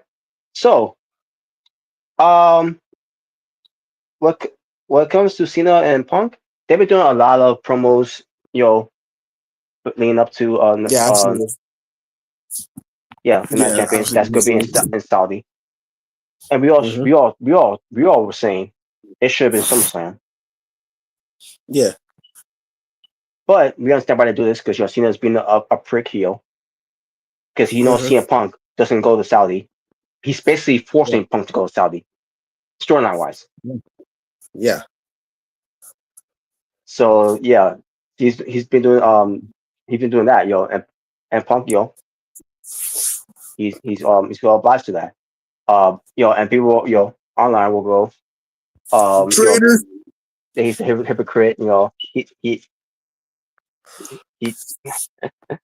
especially when he told the Miz, to go suck a blood clot, they could Saudi Arabia. But it'd be funny if, like, backstage we see, like, CM Punk coming, and then you see the Miz, come out. It's like, what is that thing you said? What is that thing you said about me on Twitter a few years ago? What was that? What was that you said? And then Miz like, welcome to Saudi Arabia. Now go suck a blood clot. Thing. I mean, I know you ever say that, but yeah, that would be funny. Now he won't say that obviously, but yeah. But again, Cena had said curse word, but we'll get to that probably. But Oh yeah, yep, yep. but they've been doing some promos, that been going back to to their rivals, leading up to Money in the Bank at the time, Mm-hmm. and one that ends up being what Cena did, but which we'll get to, but and how ironic, it involves Ron Killings, but they call him R-Truth. I'm like, wait a minute, so we're not going about Ron Killings? I think it's great. I'm like, wait a minute, so he's going back to me R-Truth because they kept saying R-Truth, and I thought it was Ron Killings. Like, Do they even He's know serious. anymore? He's serious, R-Truth. Well, hopefully he is serious R-Truth. But then again, if he's gonna be serious R-Truth, then why haven't say he's Ron Killings now? Whatever. Yeah, that probably was unscripted. He Oh said it. God. Yes. Yeah, I guess he did. Or maybe he forgot. He was told. We'll think about it. Basically, he was There told was by MPers. We'll think yeah, about it. Well, they thought about it, and yeah, he's just serious R-Truth. yeah. Whatever. He's driving now. Yes. But anyway, but just like Rumble or Money in the Bank, King and Queen, usually male or female comes from different brands. Yep. And Cody, yeah, obviously Cody from SmackDown, and he thinks Oscar has a good chance. I would say that, but no, she ain't there. There's not gonna be any story there with Oscar.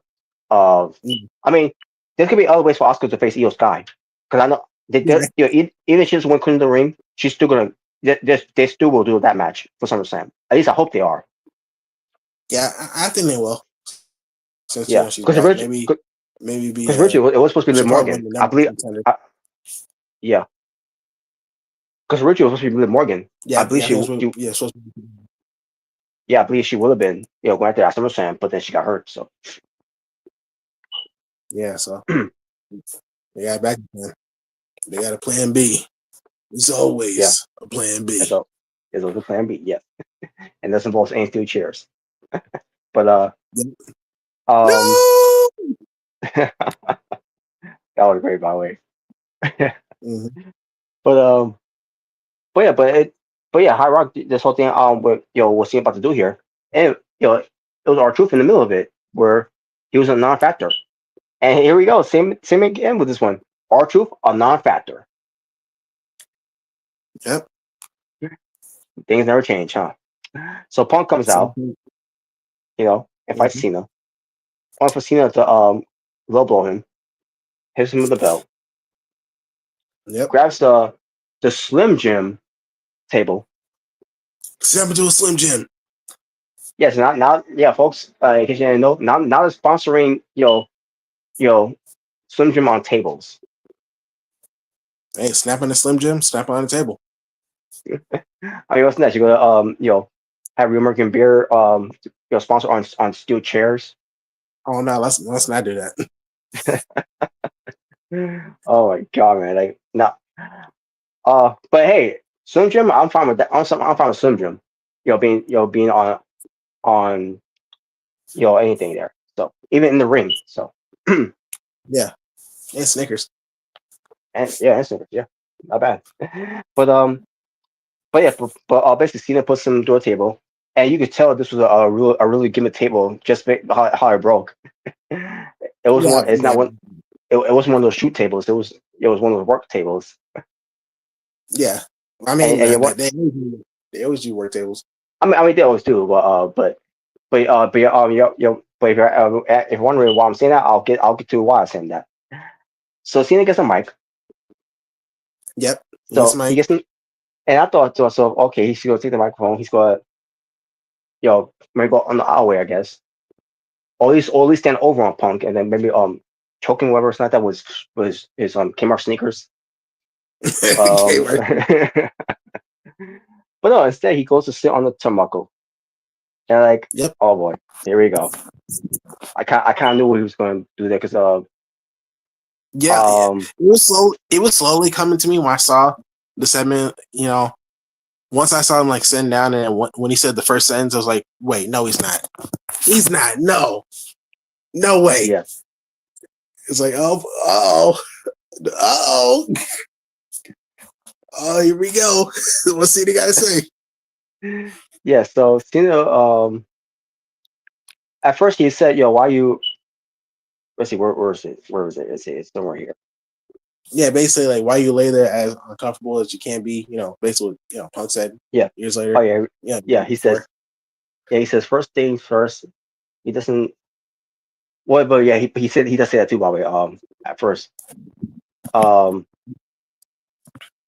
because Yeah, he said, I could heard he said that twice. By the way, he said why he said the uncomfortable. 'Cause I think he may have, you know,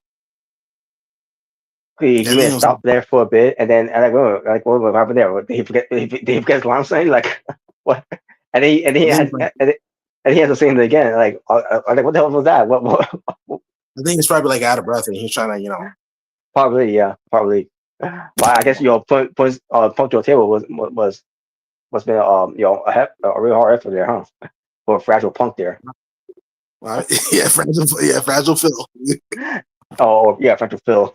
But we probably Yeah. and again I'll get to that part when I get to it. It comes to everything happened with Punk there.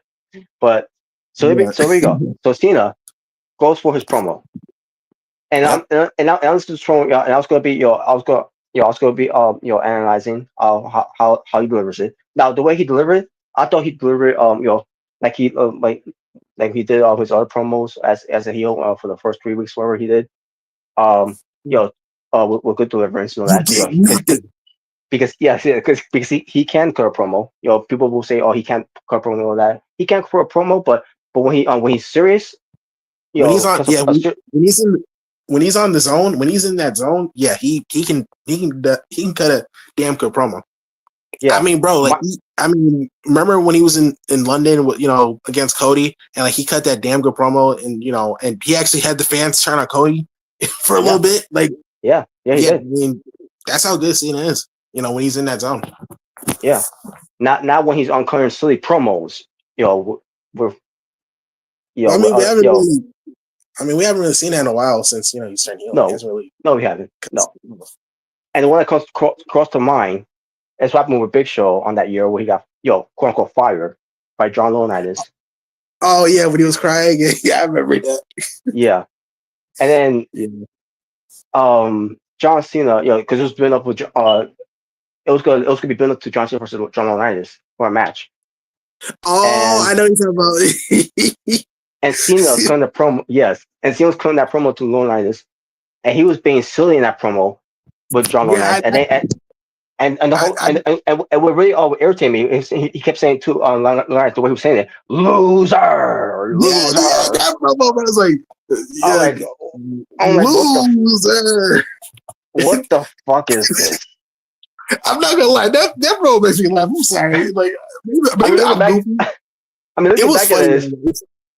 because he was being so admit with it, but at the time when you're watching, like, what is this? It was like It, loser. Oh wait, hey, go ahead, say something. Loser. The fact it was John Laurinaitis made it even better because I couldn't stand him, so it I mean, I made it couldn't even stand better. either. But holy shit, I was looking for seeing, a new one. When it comes to kind of serious promo on him, and say he's acting all goofy. I guess because he didn't take him seriously. Well, I mean, I get it, because I mean, looking around, so of course, yeah, who will exactly. take it, who will take him seriously? Yeah. But anyways, but that, But yeah, but I remember that. That's so funny. so so this was, but so here we go. Cena, after saying all that, he says, oh, okay, I think I found it here. Okay, here we go.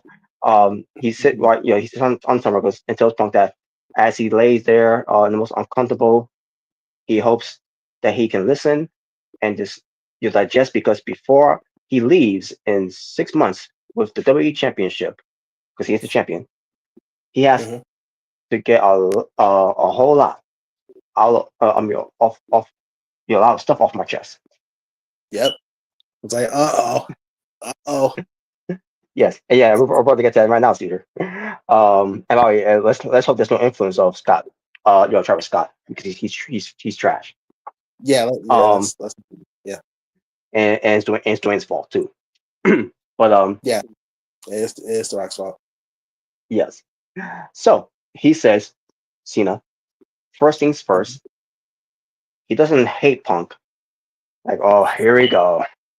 Yeah, I don't even hate you. It's like you. I do like you. Oh yeah, And yeah, I like what you do here. It's like I like you a lot more than people actually do, because obviously Punk is not yeah, well liked in the locker room. So I thought that yeah, was funny. It's like, wow, yeah. he went there. Yeah, basically, he has, you know, basically likes, people, all, he's just with the locker room with and all, and Yeah, he hates he hates this idea of Punk being the best in the world because he is. I mean, yeah, he's not a great wrestler, in the ring, but he does. His work rate is very good.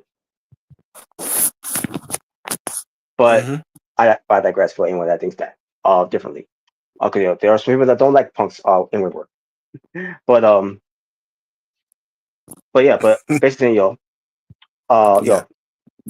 he says that, and he says, and he says he's not, and then Cena says he's I'm the greatest of all he's time. he's the greatest of all time. Like, no, you're not. Me Yeah, saying that, and like, no, you're not. that's what I'm saying. No, you're not. But obviously, I got a big reaction. But yeah, but he says Yeah. Punk is better than him at one thing. Punk is the best bullshitter in the world. And I was like, what? Because I was wondering what he was gonna say. Because like you can't mention Vince, and I mean Yes, you can mention yes, like I mean he yeah, can mention he can. Triple H, Oh yeah, he but can.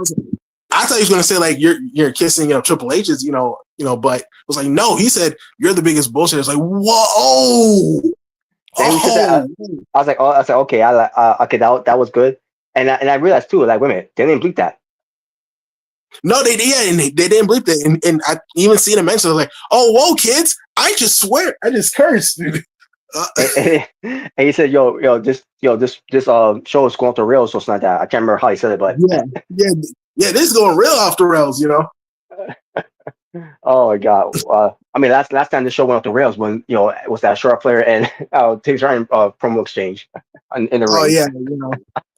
Is that why Ludwig Kaiser's in my DMs? I was like, I know Yes. that. Oh man, that was great too. Oh man, Yeah. but yeah. So he says that, and then he tells Stu to shoot this, and then he says, "I'm Yep. breaking the fourth Yeah, still wall." was there. I'm Yeah. like, oh, Wow. It's like, oops, I'm breaking the fourth wall. Like he's really, doing the pipe bomb, like, Punk did. And yeah, I know you're gonna get to that part, but this would really shock me, when yes, you yes. mentioned some names. Oh yeah. So I'll get to my thoughts about that too when I get to it. Um, yeah. but yeah, but he said that, like okay, whatever. Yeah. Especially you're missing the same material that Punk did. Okay, Yeah, but he's what basically else? making fun of him. But for me, I was like, okay, what else you got? Let me see. Um, Yeah. so then Cena goes to say, Mm-hmm. uh, the truth is that he is jealous of Punk. I was, for me to say Cena is jealous of anyone, is debatable. It depends on who's more talented than him. Especially on guys that he pushed down the card. What are you talking about? You know, you like a Alex Riley. Oh, he was Jobber. That's someone who could fill in that role after Cena, but then Cena was being a dick to him. Could it be jealousy? Maybe. Yeah, he was just loser. Wow. Loser. Oh God, no. but but he said he is jealous that he connect these people of believing this myth that he is the best in the world. Because he is. I mean, look at the numbers. What numbers? Even when Cena was the guy, the face, Punk was selling a lot more merch and drew more viewers coming into the product, and the company still managed to fuck it up. Yeah. Well, I mean, I guess that line does kind of make sense when you think about it. Now that you said that, Yeah. because I mean, it's during that time, like when they were both baby faces, at the time. I mean, even when Punk was a heel, like he would get like cheers, over Cena. Yeah. There was some times where like Cena would get cheers and Punk would get booed, but there was other Hmm. times where the reverse happened. And by the way, and during this time is the roles are different. Even Punk, Citizen, um, or actually, it was the company who did this video package. By the way, was the Yang Yang. Um, Yeah. promo they did, which I thought was good. Yeah, Basically, it was a good package. the Yang is the heel and the Yin is the face. I think it is. Yeah, pretty much the Just the roles way in that, reverse. Now, like Punk is the people's champion, and now you know, uh, Cena's like the bitter one, basically. yeah, yeah. Basically, the way the company described it in in the review package they did for those two. Like, oh shit, that actually makes sense when I first. Yeah, I like how they did that. Yeah, and I remember even Punk, said like, it looks like John Cena wants to be me. He wants to be CM Punk. Yeah, You know. and sure enough, he's doing that right now. Oh Yeah. man, but we continue on, and then Cena says they check for Punk, they sing to him, but they don't believe a goddamn word he says. Otaku. But anyways, Wow. Maybe that's reference to him. It's like shout out to you, Otaku. That's for you. yeah, shout out to you, Otaku. But yeah, obviously, that's all for fun games. 'Cause Yeah. I know he's pretty about Punk now, so oh man. But Typical smart. yes. But BC says because Punk changes his his values as much as Cena changes his t-shirts. It's like Ah, I'll give that Cena. He got me with that one. that was a good one. Yeah. That was good one because yes, Cena over the years had so many colorful t-shirts. Oh yeah, he had every color in the rainbow, bro. And I mean, Punk. He he's changed his views. Yeah, So even the time where Cena wore pink and yet nobody else couldn't wear pink.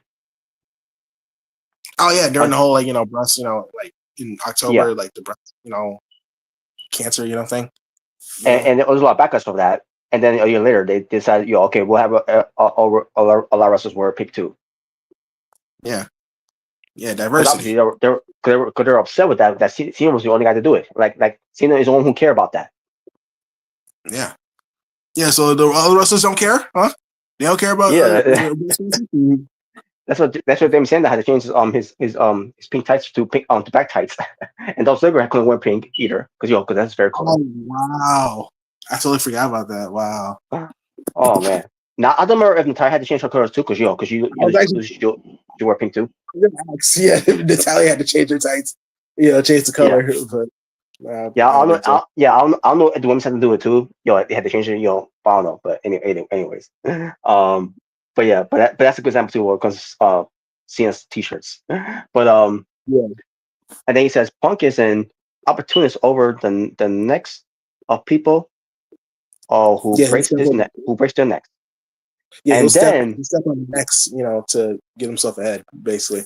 yeah, and but I could say the same with Cena here because he mentions three people here Oh, by yeah, saying hi and Claudio Castagnoli. which is the picture right here when he said it. Yes, yeah, it is. Which has which I'm gonna get to this one person too as well. But he says hi Claudio Castagnoli, hi Nick It's like, Nemeth, hi hey, Matt Mac, how Cardona. you doing? It's like, wow. I was not expecting. I thought like, I was thinking like, is he gonna mention someone like outside of days? Like, who's he gonna mention? It's like, but wow, he mentioned like Claudio, like Nick. I mean, that's not too surprising because he's in TNA, so that's not too surprising. Yeah, Mac are doing the same thing because I know they're yeah. close. But I was actually surprised with Claudio. I was not expecting Claudio to get a reference. I was expecting that. Like That was one thing I wasn't expecting. It was Claudio, but as soon as he said Nick Nemeth and Matt Cardona, like okay, he's mentioning on guys that have a relationship with. Well, Matt Cardona is still a freelancer too. He yeah, goes anywhere, but but people mainly sees him in TNA, and he's currently doing something in TNA right now. yeah. Um, So yeah, and that was now I want to see if Claudio actually says something because like I said, because I saw a video of Matt Cardona and like he responded like, "Hey John Cena," like he was sitting in the corner and saying hey John Cena. yeah, that's right. I wouldn't be Matt surprised. Cardona. Yeah, I wouldn't be surprised if Nick Nemeth did something similar. But it'd be funny if like Claudio did something like you said like hi to John Cena like in the camera or something. But that part, I was actually really shocked about that part. Like that actually kind of like, ooh, whoa, like whoa, wow, he's really going off the rails. Yep, he sure is. Now, I see him was mentioning those names. I'm like, yeah, the names that he's mentioned here are the three names that during his during that time when they were there feuding with Cena, Cena always buried them. I don't know about Barry. Even Matt Cardona, doing his girlfriend, shoving him, when cause he stole his girlfriend, and basically Matt Cardona was on, as Zack Ryder at the time, was on a downward spiral. He lost everything, lost the title, lost the girl. Well, I mean, Eve Marie was a hostie, so that's not really Cena's fault. I mean, she kissed him. He didn't kiss her. So that was all the embarrassed Zack Ryder. Yeah. I mean, because obviously Vince, like, he didn't like that he was getting over. Of course he did. I mean, even The Rock was like, even The Rock was, was supporting him. Like, I mean, The Rock was, he actually, I mean, I remember, I forgot what show it was, but like, they were chanting Ryder. Oh, okay, Survivor Series. Yeah, they were chanting Ryder, Yeah, the show, by the way. It was the show. Yeah. So, like, and I was there. And I thought, that's right, you were there. And I thought from there, it was in New York, yeah.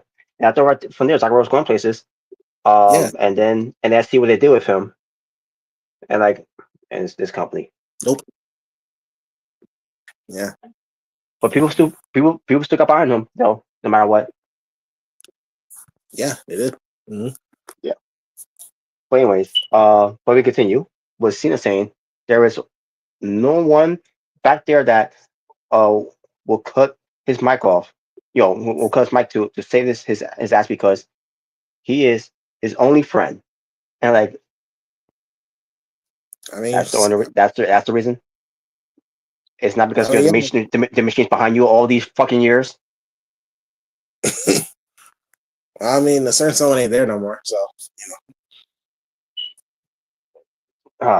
And then he says, "Who chose you? What was his name?" Oh. Yeah. And then he says, he has Punk, and he's asking Punk. And it's been going for a while.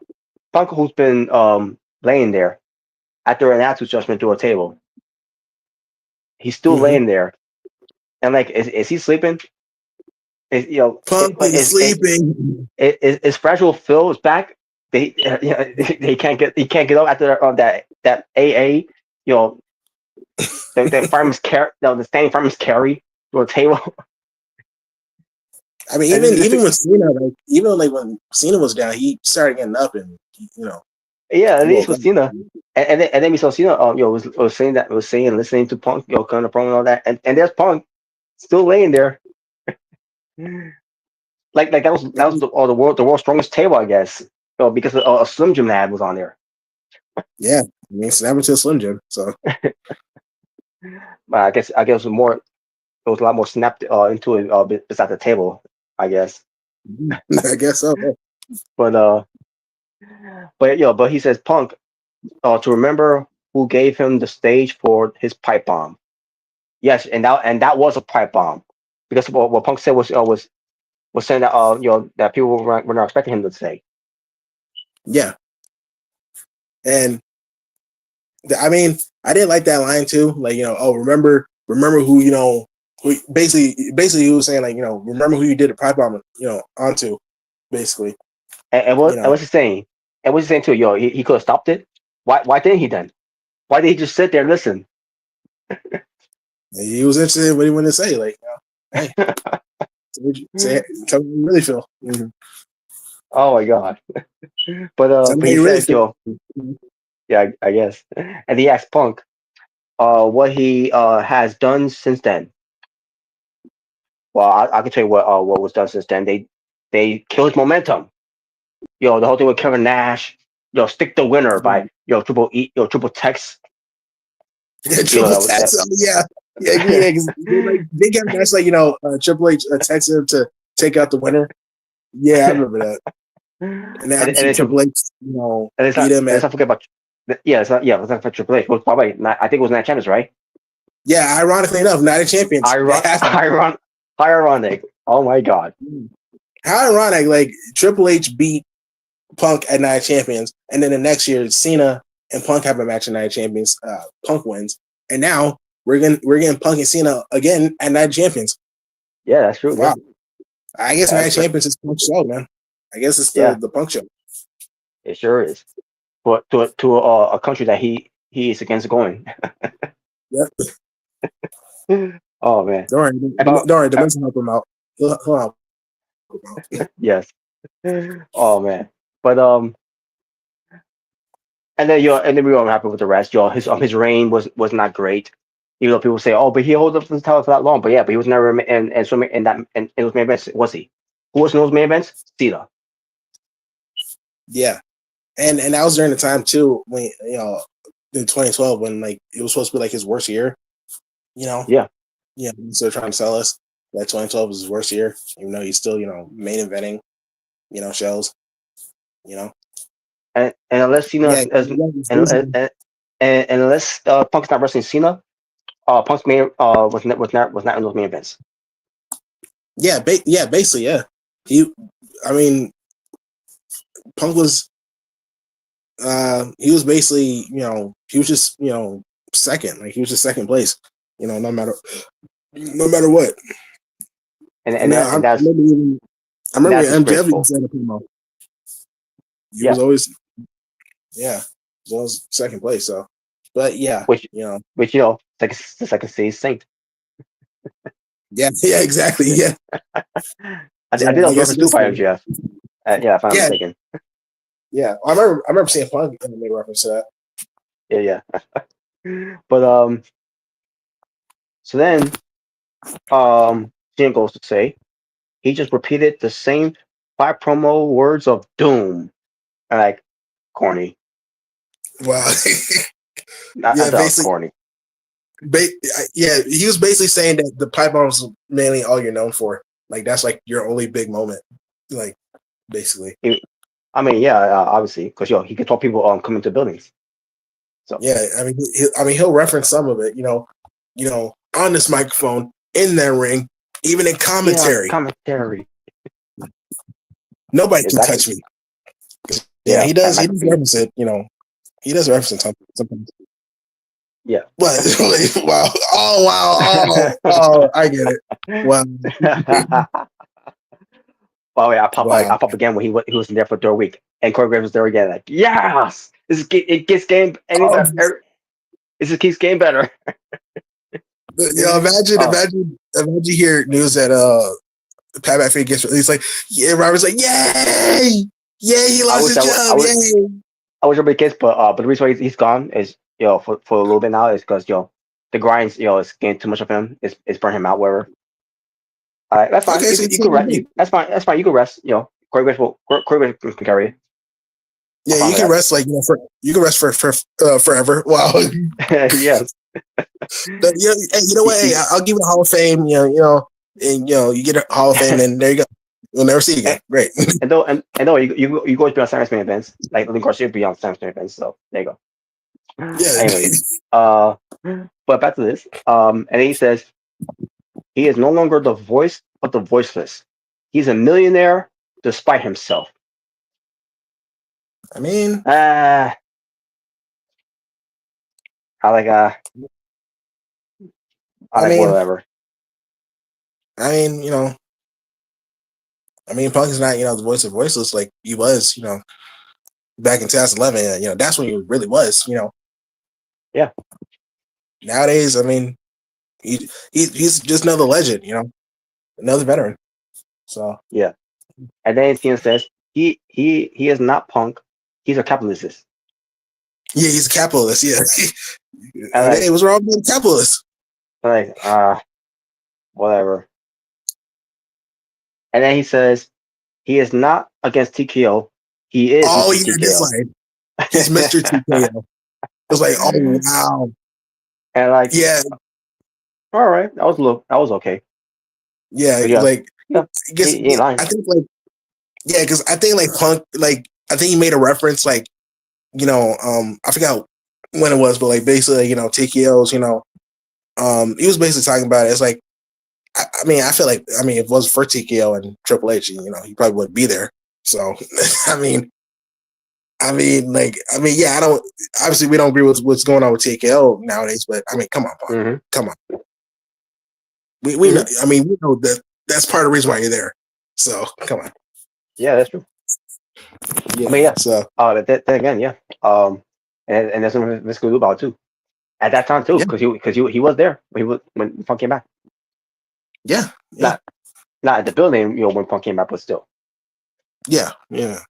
I'm pretty sure he wanted to be in the same room with Punk when he heard when he I'm pretty sure those words going through with him that that Punk's gonna be come to the building.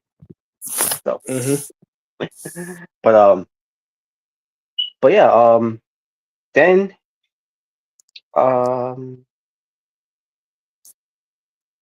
let's see, where is it? Oh, here we go. Then he goes to say, he knocks he knocked his balls um technically off his body. His tweets are strong. His actions are weak. Ooh, yeah. I remember you said that. It's like, oh, okay. I mean, Okay. yeah, he got a point there. I'll give him that. Good point. Yeah. Yeah, especially Roger Phil, has focused a lot in AEW, and then Yeah. and then in WWE, having at one spot, which it happens. Yeah. But then he says, and in Saudi Arabia, he is going to face some loud music when he proves to the world that each and every day in, day out, no days off for 25 years, he has been the greatest of all time. And again, no, you're not. Wow. But and this we got seen a chance going on. Oh yeah. The fans were eating it up. They were loving this. Oh yeah, they were loving it. Yeah. And then he says the fans knows, and they know that Punk was the best in the world for 7 minutes 14 years ago. I was like, wow, that was actually pretty good. Like, damn. So basically, All right. you're saying like, dude, you were the best in the world when you cut that pipe bomb, and then that was it. Like, dang. I mean, like, yeah. And WWE could have done something with that. They could have done something with that. I mean, yeah, obviously they could have done something with that. Vince, Triple H. Yeah, Vince did not allow it. And obviously Triple H was never on board because he was never, because Cena was someone about jealousy. The one person I think who was jealous of Punk was Triple H, because he's been jealous of everyone that got that spot that he like he should have gotten, which it was never gonna be him because he will never be the guy, no matter how many belts they give him. I think he was actually at one point jealous of John Cena at one point, Yeah, I'd be that too. Yeah, when he was getting over as Word Life, and he was getting big cheers. I remember that promo that Edge did, like saying oh, this Dallas Vanilla Ice wouldn't be anything. When he was talking to Triple H. Yeah. I mean, I'm sure there's some truth to that. But and I guarantee you, they were eating this up, man. And I guarantee you, he probably paid politics on Billy Gunn.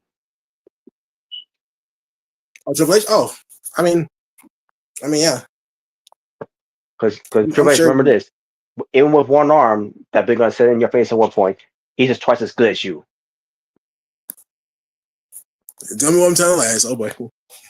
Exactly. I mean, that ass got over during the whole, the Acclaim thing. That's right. Yeah. Yep. But anyways, you guys doing something with the office equipment. Yeah. If I he's actually going to be in the game, he's going to be in 2K25, Billy Gunn. So. Mm-hmm. But then Cena says, and if after the Night of Champions, Punk is still delusional enough to believe that he is the best in the world, he guesses it's a small world after all. And I'm like, lame. Wow. Excuse me. Wow. It's a small world after world. Might as well sing the song at this point. Then it's a small world after all. Anyways, Hey, maybe that was the uh, purpose of that. and then Cena says, "You're welcome, Grand Rapids," and like, Yeah. and the fans cheer because 'cause they, obviously they will, of course they would cheer because they he said to say his name. Yay! Hooray! He said our city. That's where we live. Yay! Shut up. Like the Rocky. Yes, still the best promos That's that where we he did. live. That's still one of the best promos. Yeah, I mean, yeah, it is, bro. But yeah, I mean, bro, I I really enjoy this pipe bomb. It was really pipe bomb. Like it was. I feel like it was more of a mockery. Like obviously, Cena was mocking. He was mocking basically CM Punk, the pipe bomb, and I should have known like with the retirement tour and them facing each Hmm. other and Cena being a heel. I should have known that they were like revisit that. Yeah. I should have known that was going to happen. But when it did, I was just like I was really surprised, and some stuff he was saying like it really got a good reaction out of me, and obviously the fans in Yeah. attendance. So it did his job. It definitely did But his job, and yeah, yeah, but we're not done yet because he says also he basically tells Punk that he him to bring his A game at Night of Champions. Oh, believe me, he will. You not so oh yeah, much. obviously.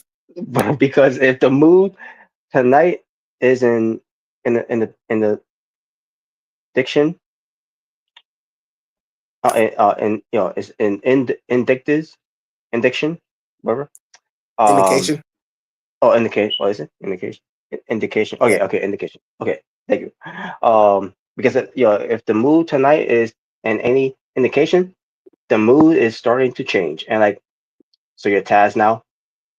Oh, survive if I let you. Oh boy, But that was a test reference. Maybe shout out to him too. and then that's He when we did. had an official. Yeah. He did mention him one time against Solo. So Yeah. And then, like Caesar said here, 10 minutes later gone by. This is what part where referee checks on CM Punk and like, wow, this promo's been going on for so long that Punk lay there for the last 10 minutes, I think. he took a good nap. And it was still be checked on. He was still laid out. Referee's trying to see if he was responding, whatever. And then Cena was not done yet because then he says it's fine. He won't do any more damage. Basically Cena's saying that he won't do any damage. Punk has a big match tonight. I mean, has a big time match. I'm going to say a big time match. Says that the Yeah. best in the world against the greatest of all time. For the most, Why'd you? uh, we're going to see no. For the most Yes. comfort prize in sports entertainment, and like, well, you lost me there. No. the Well, the WWE you said that word. yeah, the WWE, the WWE undisputed. I wish I would do that, by the way. But the WWE undisputed championship. He knows Mhm. you will sing and chant, but even the idiots are smart enough to see the truth. The champ is here. Cena Yep. receives the title and says, "USA, you can keep the next 2.5 minutes. I don't need a bomb. Elvis has left the mother fudging building." And like, lame. No, stop. Nah. Rob was like, okay, that was cool. That was cool. I'll Uh, admit it. I mean, I like the Elvis reference, but at the same time, like the mother fudging. What was he trying to reference the whole fudging mustard thing that he did before too? Oh no, no, that bologna fucking mustard. My life has been ruined by the internet. Oh no. Yes, 2010 by the way. You already know that's not my favorite year Cena, so that alone. Yeah. Oh my goodness. Don't remind me of that. Oh my god. Yeah, I wish I forgot about. It. I wish I wasn't remember that either. But I was bad. Yeah, yeah, exactly. Yeah. But anyways, but that was the promo. Bologna fudge mustard. So yeah, my But my yeah, thoughts about it. I thought it was garbage. oh Other than god. some good zingers like. like this was a I, bootleg pipe bomb promo. Like this for a guy that has been behind had the machine behind him all these years. I'm supposed to believe that Cena is going to cut a pipe bomb promo of being disgruntled over or being just a punk who yeah, who they trying to to hold down all this time. yeah, Like like come on, give me a break. Like I hated the promo. It was garbage. I loved it, bro. I loved But it. but if you guys liked it, that's great. Again, I'm not saying all of it was, but I already said some parts I thought was bad, or what I didn't like, but I did also give him some credit on what he said on there too as well. But overall, I thought it was I didn't like it. It's not it's not because he was copying Punk all that and everything. Um, Yeah, it was. Wow. cause I mean I'm pretty sure someone will ask me, what was that? What would I expect of him to say? Um, I was not expecting him to say, Triple H's real name. It comes to saying, remember that heart attack you had, something like that, Oh boy. Yeah, I remember that. or you know, or or mention some about guys that he buried, like Michael Tarver, Alex Riley, Well, I mean, Michael Tarver wasn't really much of anything, so I mean, I mean, yeah, obviously, um, obviously. yeah. Oh man, um, but yeah, I'm not harping that much. If people if they like it, because there's some podcasts on that enjoy that as well. But then you got some of these people, um, that was like, well, it was the greatest promo of all time. I loved it. It was great. Okay, okay. I didn't say it was the greatest promo. Okay, now I'm not saying all that. I'm talking about those people, by the way. Those people Yeah, was yeah, praising yeah. it like it was a promo of the year. Like, get the fuck out of here. I wouldn't say it was promo. I wouldn't say it was the promo of the year, but I feel like this was something Cena kind of needed because, like, you But know, yeah, he did. He didn't need it. He didn't need it. because like, you know, I mean, his heel run hasn't really been, anything that interesting. I feel No, it like hasn't. this promo. I feel like this promo, like the quote unquote pipe bomb, it kind of added some spark to it. It. I feel like I it's guess this is the scene we should the heel scene we should be getting. Like you know, I guess we was gonna it's expect like was I guess we eventually we were gonna get this promo eventually from him. Um, yeah. because it was gonna lead to him and Punk, eventually. Mhm. Here we are. So which I'm fine with, if that's the idea of it, I like, fine, that's fine, I know Cena will do runs promos on that. Again, I'm not saying he doesn't, I think we one of these people saying, oh yeah, he can't cut a promo and all that, that would just be too much hating on Cena. You already do that. Wow.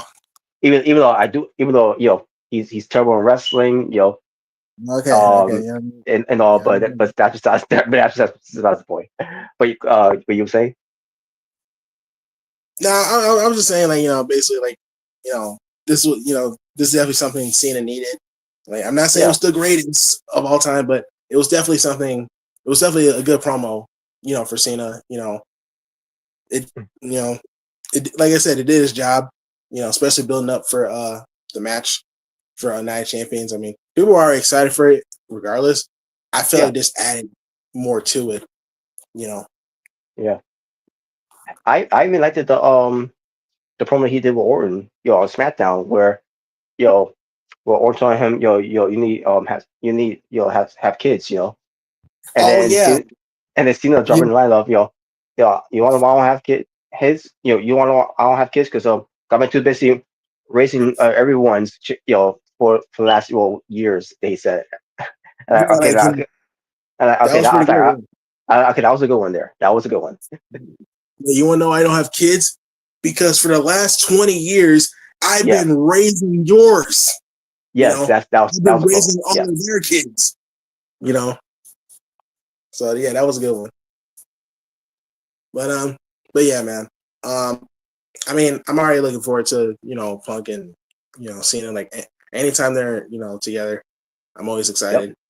Whether So it's yeah, promos or matches. Like hell, I mean, when they were the last ones elimination chamber, that was actually a pretty good, pretty good match when it was just them. It When was. they were last. So I'm definitely looking forward to Nine Champions. So yeah, man. And when it comes to that, obviously Cena's not going to lose. He's going to win. Yeah. So obviously, because obviously it's going to be Cena and Kurt Russell at SummerSlam. And then they'll do their own end games storyline again, whatever. They probably will. Yeah, This time, probably, yes. this time we'll get one because the WrestleMania Dwayne dropped the ball on that. Yeah, he really ruined it. The Rock. And I feel like he please kind of. don't involve Travis Scott. Yeah, no, please, no. I'd rather you freaking use Bad Bunny over Travis Scott any day. Yeah, Please. But, and when it comes to Night Champions, you'll be in Saudi Arabia. I heard something about that. That's going on over there, Saudi. And obviously, I don't know if you heard about this. But people, people were saying, is WWE's going to cancel the event because of something that happened over there. I guess because of the whole what what's going on with Iran and the whole missile thing that happened. Yes, that. Yeah, and people were kind of concerned, if it was going to affect Night Champions if it get canceled, because what's going on. Yeah. Now, obviously, it's not going to be canceled because it's still going on. Yeah. So yeah. And people were giving WWE a lot of backlash for that. I like people. Are you really surprised that WWE still is going to do the show? I mean, I remember happening years ago. I went to Washington Post journalists, and they still did the show.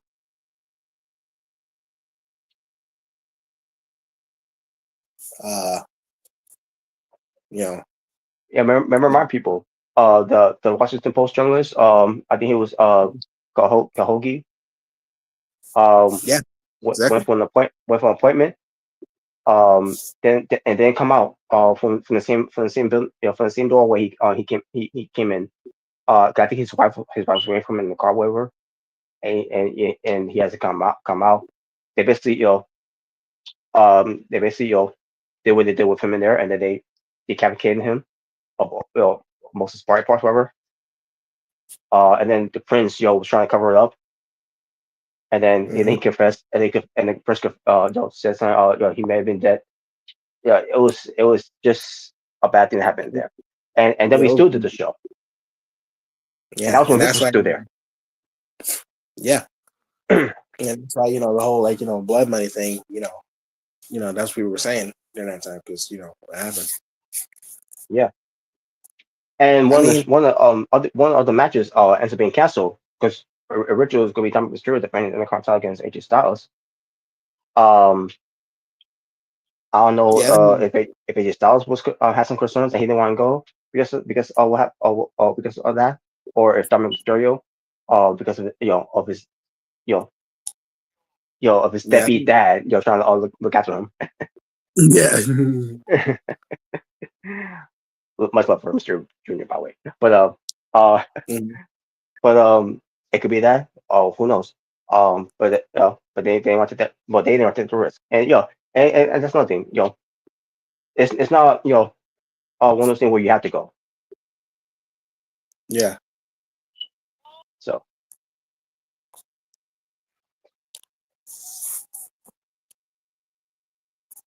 but the show's still going on though. So, I mean, again, if for those that talking about, are you really that surprised? Are you really that shocked that they're still going to do the show despite all this? Yeah. I mean, it's still what you're talking about here. Doesn't matter if it's not there anymore. Of course, they're going to do the show. Yeah. And let's not forget. Let's not forget. Vince, left some of his talents there, stranded, because That's right. because they didn't pay. They didn't. Vince was upset that they didn't pay made up the money that they were owed. For when it comes to doing the shows, whatever, something like that. I can't remember what was it, but and then Vince cut the fee, whatever, something like that. And why would you do that during the show where you're in a country, people they're against Yeah. human rights, and like you're putting everyone all they work with, they work for you are in danger, but you don't give a shit. You're the same guy that said, on documentary, on Netflix saying, you had no regrets of what, of continuing the show after what happened with Owen Hart. Oh yeah, that's right. I mean, he did say that. Unbelievable. But anyways, but yeah. I don't want people surprised with this. When it comes to WWE, if AEW was doing this, and some of the AEW fans will defend it. Yeah, yeah. The sickos, the elite The drums. sick, the sickos. I mean, it's all could be some type of tribalism that's gonna say, oh, they should cancel the show or blah blah blah. That you can never win with these people. Right. Mm-hmm. So at the end of the day, they're still gonna do the show, and that's all there's to it. So all right. But that being said, now let's get to AEW Grand Slam Mexico, because it's time to talk about this one. Because remember when we did the preview when it came to the matches they did, Yeah. and yes, originally they did a match. They booked a match, I should say. That was let me see where is it? Okay, I gotta open the new one then. They basically was gonna do a match with that involves 12 men, basically a 12-man tag team match. Yeah. But no, that's not what they did. Oh boy. And they increased it. Yeah, they added more to it. I'm like, wait a minute, what? Because remember, I came into the show like, okay, we're gonna see this 12-man tag match. Yeah, that's probably gonna start the show. Basically, that was a lot of luchadors.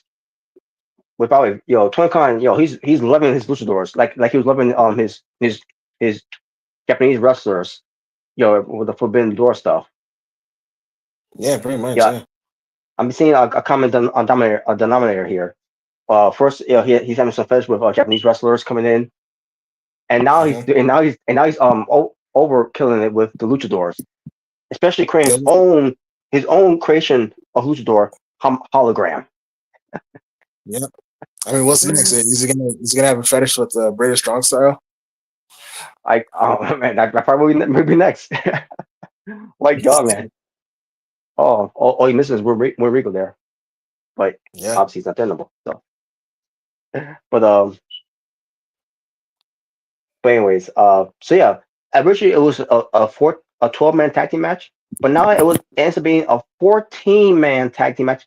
And when they said that, I'm like, oh no, come on, they're gonna Come burn me out on. already. They're gonna burn me out already. And by the way, I did the live action of it.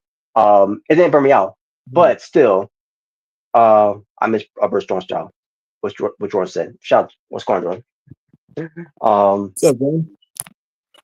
But yeah, but when they said that, like, oh come on, really? Like, this better be Lucha Rules then.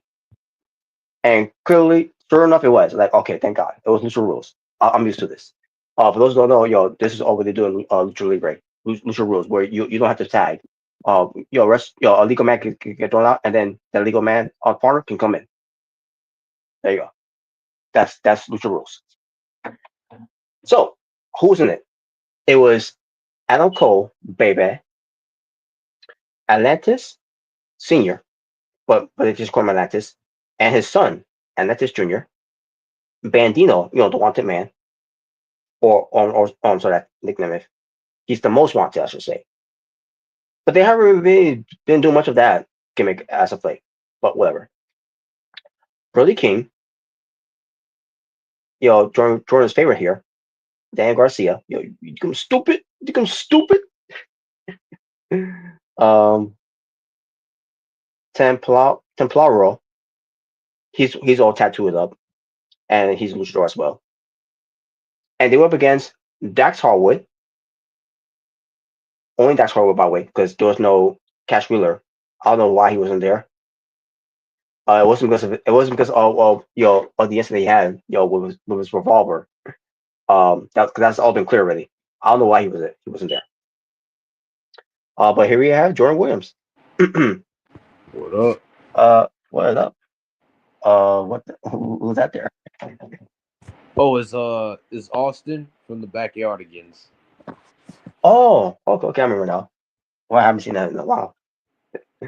Man. Okay, but yeah, but yeah, I don't know why Cashmere was there. I didn't want to bother why he wasn't there. It was same to Claudio. He wasn't there either. I don't know why he wasn't there either. But my guess is because I guess he was in the middle of negotiation to resign with AEW because I saw something about that recently. So I'm assuming that's why he wasn't part of the show. 'Cause I guess he was not on the contract with them at that point.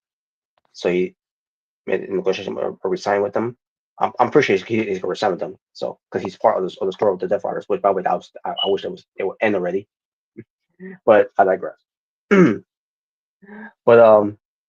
but you also had the Doghouse family that feature Petrichiro, Charles Alexander, Kenosuke Teteska, Ooh, fucking suck. um, Kyle Reckless, I mean Fletcher, God, Kyle and Reckless. Kyle Reckless. and Lance Archer. Well, in this match he wasn't though. But and they had this guy named Holy shit, Lance that. Archer still has a job? Oh yeah. So, and he's part of the Doghouse family. Yes. Oh man. Um, and you have Volador Jr. Which I heard his name before. I still have a little issue with getting his name right, but yeah, he's pretty good too as well. But yeah, it was 14 men tag team match. And again, at least I could say at least it was luchador rules, lucha libre rules in a way. So, but that's the 15 minutes and 24 seconds. I thought it was okay, but they did here. Minus Daniel Garcia doing his dance, and his crotch all over to whoever it was on the like, oh god,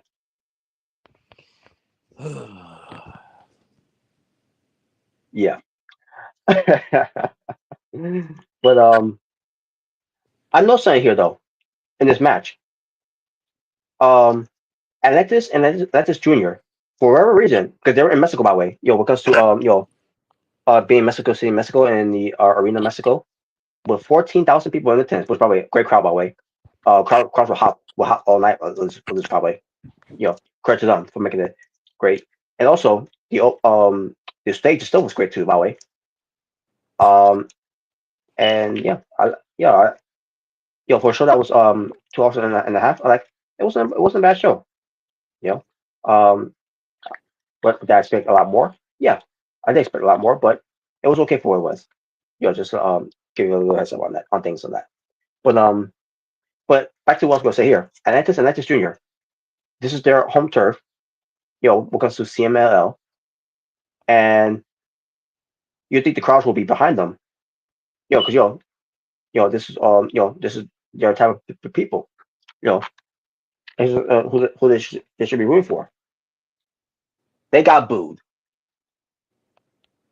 They're the only baby faces on that team that got booed. I wonder what's the story there. I have no idea. Wait, who got booed? Atlantis Junior. They got booed Oh, in this match. okay. Oh, dang.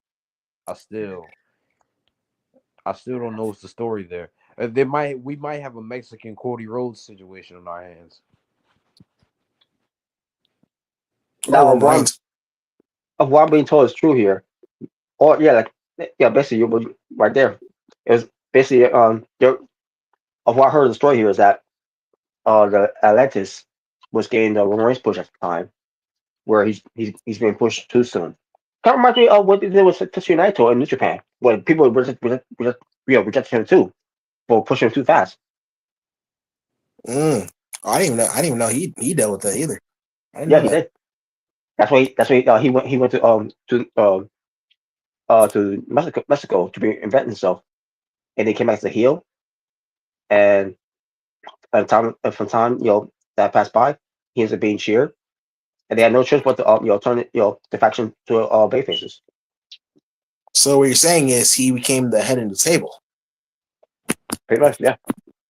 Forgot who was on the champion. Even though he should have been the champion, but Geno was booking. And still is that way. Yeah. I mean, Nacho still ends up getting the belt either way, but still. But Nacho was the champion too, by the way, but that's a heel.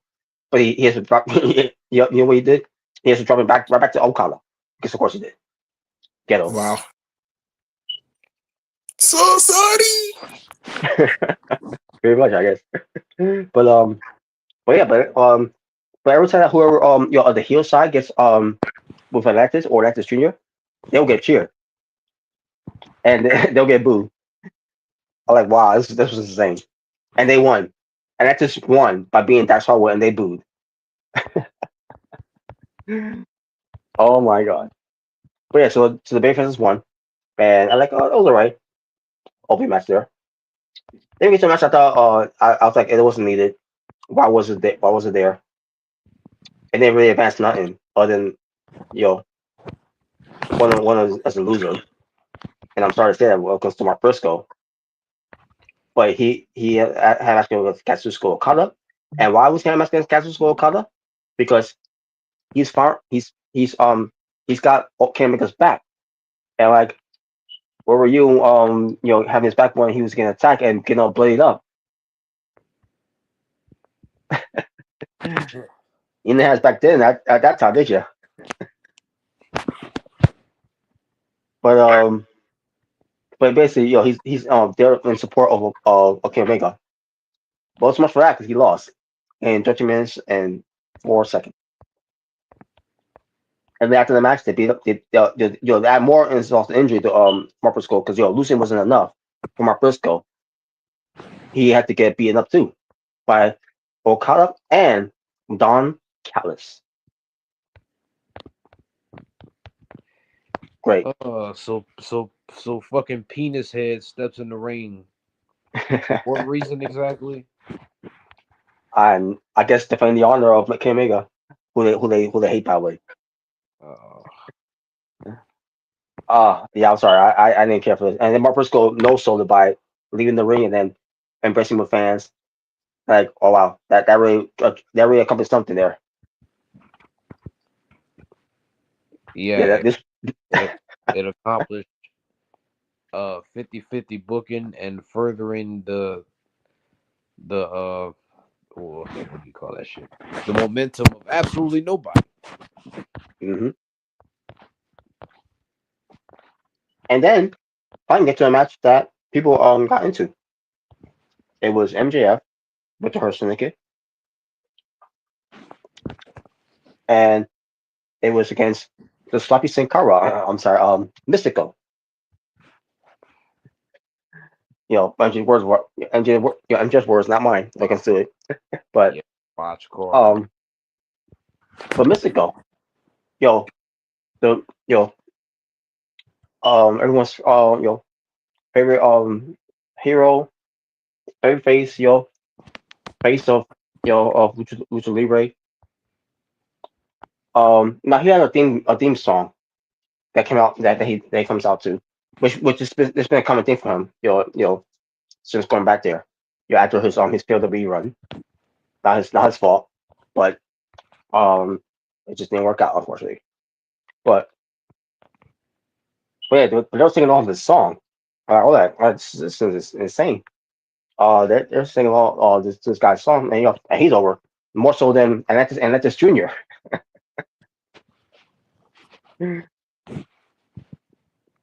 So yeah, he came in as a heroic babyface, and by the way, I love what he did here because his springtime was basically his match was to go to blend with his colors of Mexico, but he had another mask on over it, and it was a blue mask, basically the blue mask that he used to wear. Obviously not with the horn sticking up, but the Austin colors. All right, that's cool. That's cool there. That he did there. Yeah, yeah, I thought it was cool that he did that. With the old color scheme. I thought it was Mhm. pretty cool. Yeah, and then he botched taking off the mask. Yeah, he did. He did. Oh man, I guess Sloppy Sin still lives on. Oh man, I wonder what happened to the other Sin Cara. Like, what's he doing nowadays? yeah. What happened to Hunico? Yeah, I'm gonna have to look that up. Yeah. So you said Hunico? Yeah, Hunico, who also Yeah, who music Sin Cara as well. He's probably wrestling on the Indies somewhere. Yeah, probably is. But yeah. So they had this match with MJF and Mystico, 16 minutes and 48 seconds. I thought it was a good match. Um, might have some things where Mystico looked like he could have lost by count out, and he could have been protected after a tombstone on the stage. I think it's great. But no, he recovers and gets back in the ring, and then MJF he went for something. Oh yeah, he went for a low blow while the referee was had his back turned by by being distracted by I think by MVP. I should mention about MJF. MJF brought out his red, white, and blue colors. Only thing he didn't bring out was to bring out the American Championship title. I thought he was going to bring that too, but I guess he forgot. Whatever, I don't know. But um, eventually he's wearing what MVP will wear when he wrestles. I like not bad, not bad. I mean, MJF was he did you know before the red, white, and blue color there, but because I think that on the Hurt Second had a 6-man tag match before as well. Yeah, she did it. Yeah. And he was basically wearing MVP's attire as well. But basically for his own name MJF. Like not bad, not bad. There's people I could see rocking that. And doesn't look good. Doesn't look bad in it. MVP obviously is one of them, and MJF. I can't think of anyone else that that could rock that. That could rock it better. But I can. well, I guess never say never. But but Mystical gets low blow, and then MJF. I don't remember what he did to him after that. I don't know what movie made him after that, after the low blow. But he gives him a low blow while referee's looking, which probably the referee Bryce Bryce Friendsburg, the close referee. Sometimes that's what what's what Lord. happens.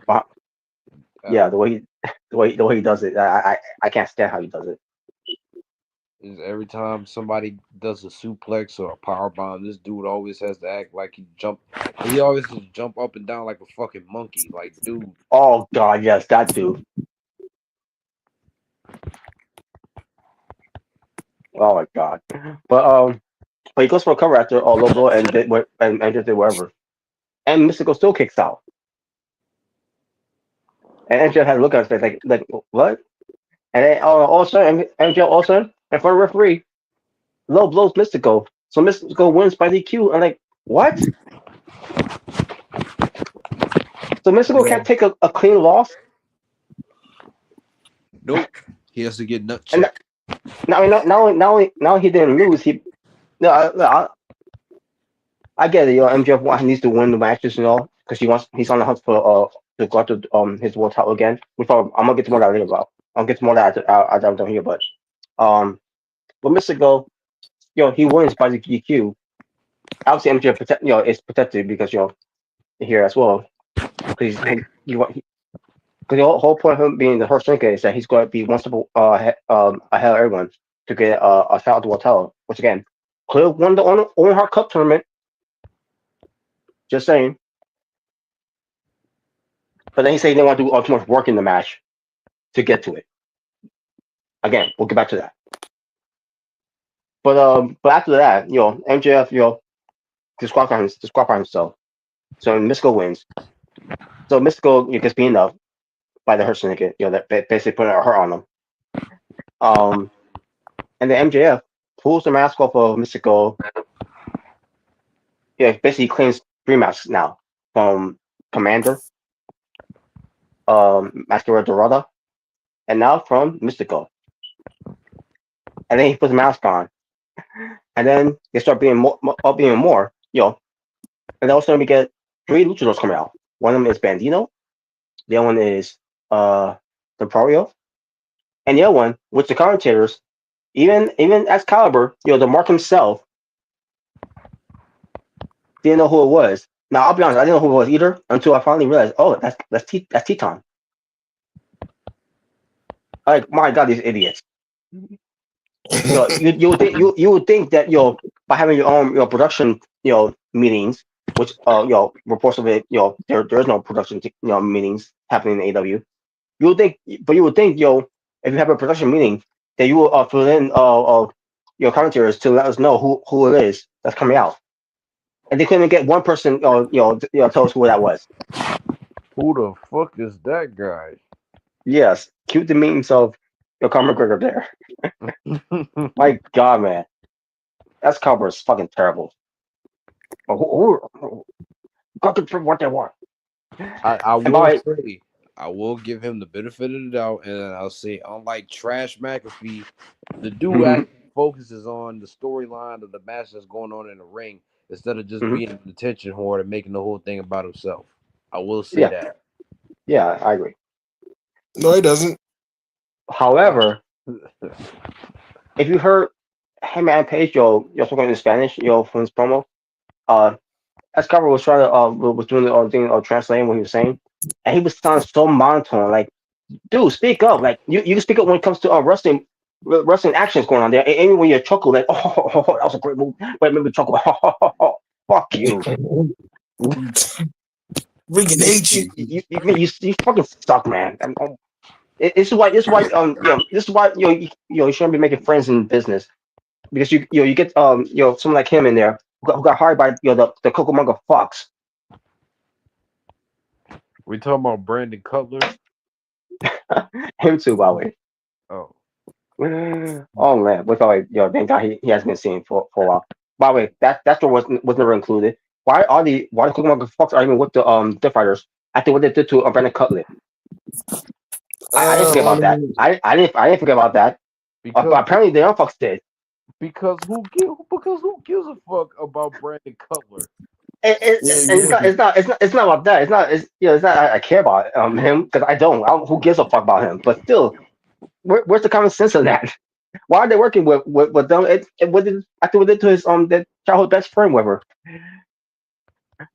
Like, because Robert, you gotta give the people what they want.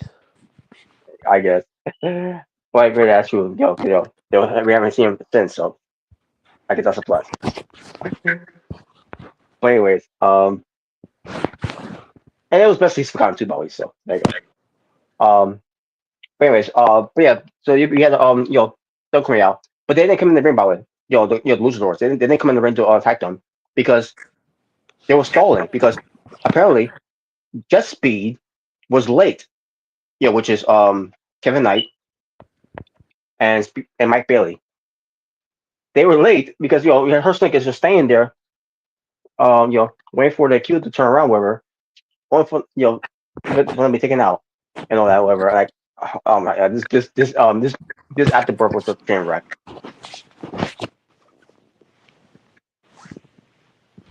And that was a segment of that after that match was over. Now I want to get back to MJF here, because I said I was going to bring this up. MJF said he just want to work too hard to get a title shot, right? I don't blame him. That's which is why he didn't want to enter the Owen Hart Cup tournament. But at the same time, you just announced that you're going to be in the Casino Gauntlet match at All In, where you're going to be facing a whole bunch of wrestlers in there with the numbers that they drew, working to work hard enough to get a shot for an opportunity of a title of your choosing. I'm assuming it's a title of your choosing. It's just for the world title, but it doesn't matter. The point is, you're still gonna be working hard enough. What other wrestlers you're gonna be in? It reminds me. It's not as stupid. It's nowhere near as stupid as this, but it reminds me of when Triple H's dumbass book Awful Theory to Oh cash no! in the Money in the Bank for the United States Championship on an open challenge. And the reason why he did that is because I was never gonna beat Roman Reigns, and now he's trying to Oh go God! Yes.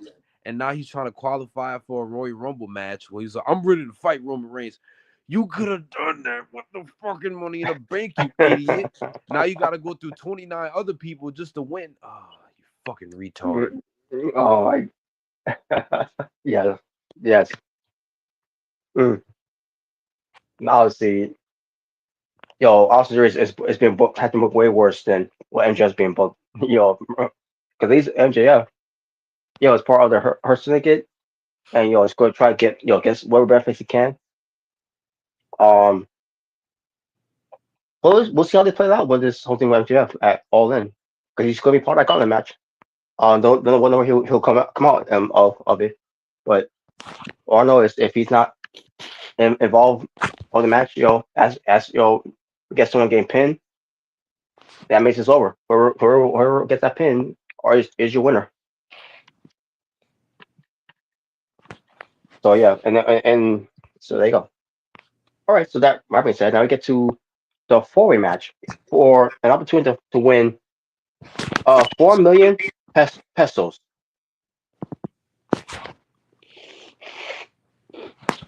4 And it million involves pesos. pesos. And it involves hologram, Tony Khan's your favorite creation,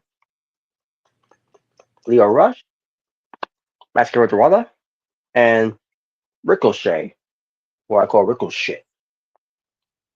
Oh, come on, Robert. You know, sometimes he's the best part, one of the best parts of Dynamite. Yeah, when he's not going.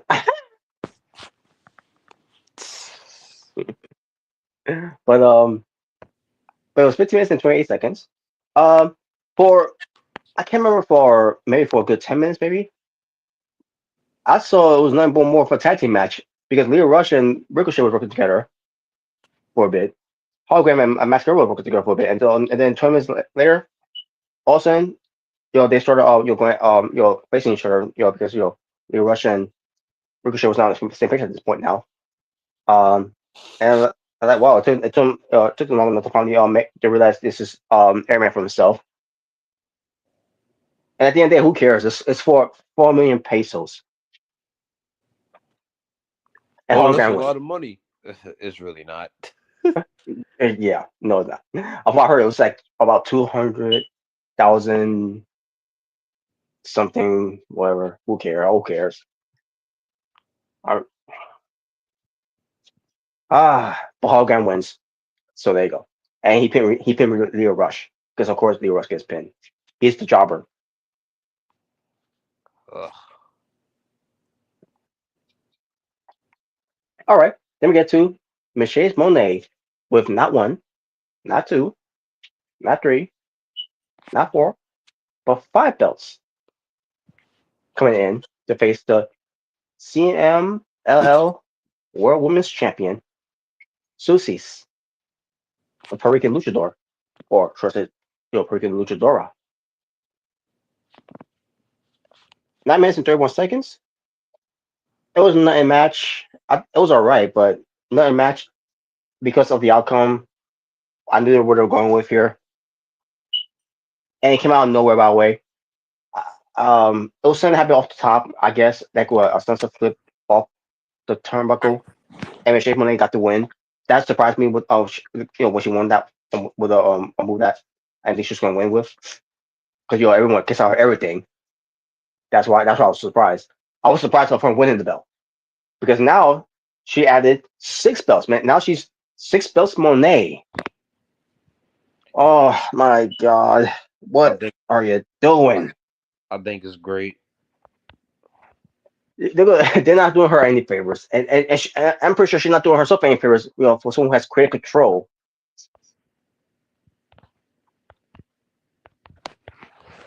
Oh my god. I mean, I'm surprised she didn't win the House of Glory Women's Championship. She might. She might. Oh my god, man.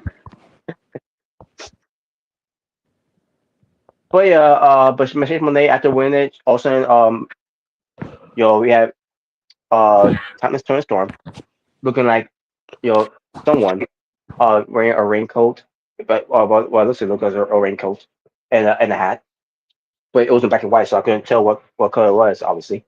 Um, and then all of a sudden, she had me and Shirakawa coming up off stage. Like, okay, no, okay, I know that's not Tony Storm. Like, who's that? Like, oh, me and Shirakawa, awesome. I love seeing her. And it was all a distraction for Timeless Tony Storm to come up, and the color she was wearing, it was not no raincoat, but it was a trench coat with a red hat, a red trench coat, looking like she's Carmen Sandiego. Yeah, which is great, by the way. I love that. I love a reference of Carmen Sandiego. Um, but basically, she attacks Michelle Monet with all those belts that Michelle Monet have on, by the way. By the way, I should put it out too, by the way. After when they won, and they want to take pictures of her win the belt. One belt fell off. As RBO's front foot on her, and like, oh my god, as I saw, like I'm just laughing at this, like, oh my god, this is why this is ridiculous, she, a tiny little woman like her win all those belts. Who on the right might believe that someone like I'm not trying to discredit her or anything. She is great, by the way, in the ring as a female wrestler. She's great, but who's gonna buy into her? Being a belt collector. Uh, you know, for someone of her size. I mean, I don't know if you noticed or not, Robert, but size doesn't really matter in women's I wrestling. mean, well, especially in AW, because big guys also get pushed. Yeah.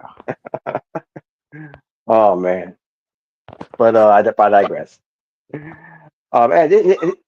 why Riho couldn't get this on this privilege? Whatever. Maybe she has. Maybe not AW, but maybe other publishers have. I don't know. I don't know. About the whole Riho comes back soon. I don't know how long she had that injury that she had when she wrestled with Lady Frost, but um man, I hope she comes back soon.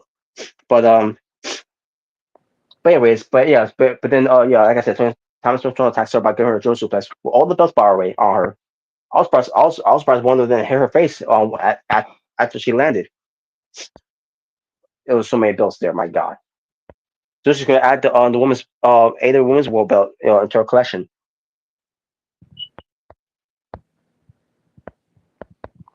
I think it's great. Mercedes. You know what? All Ultimo belt. Mercedes. There we go. Ultimo Mercedes. Oh my god. You know, might as well put the Ring of Honor Women's World Belt on her too. While you're at it, have her finally dethrone the forever champion. I mean that they have her beer before. What or whatever. Why not? And by the way, I didn't better be in that gauntlet match. They basically did this whole thing where that she didn't win. That means she's not in it. She better be in it, You know what? and she has to win. I think 4-way at all in between.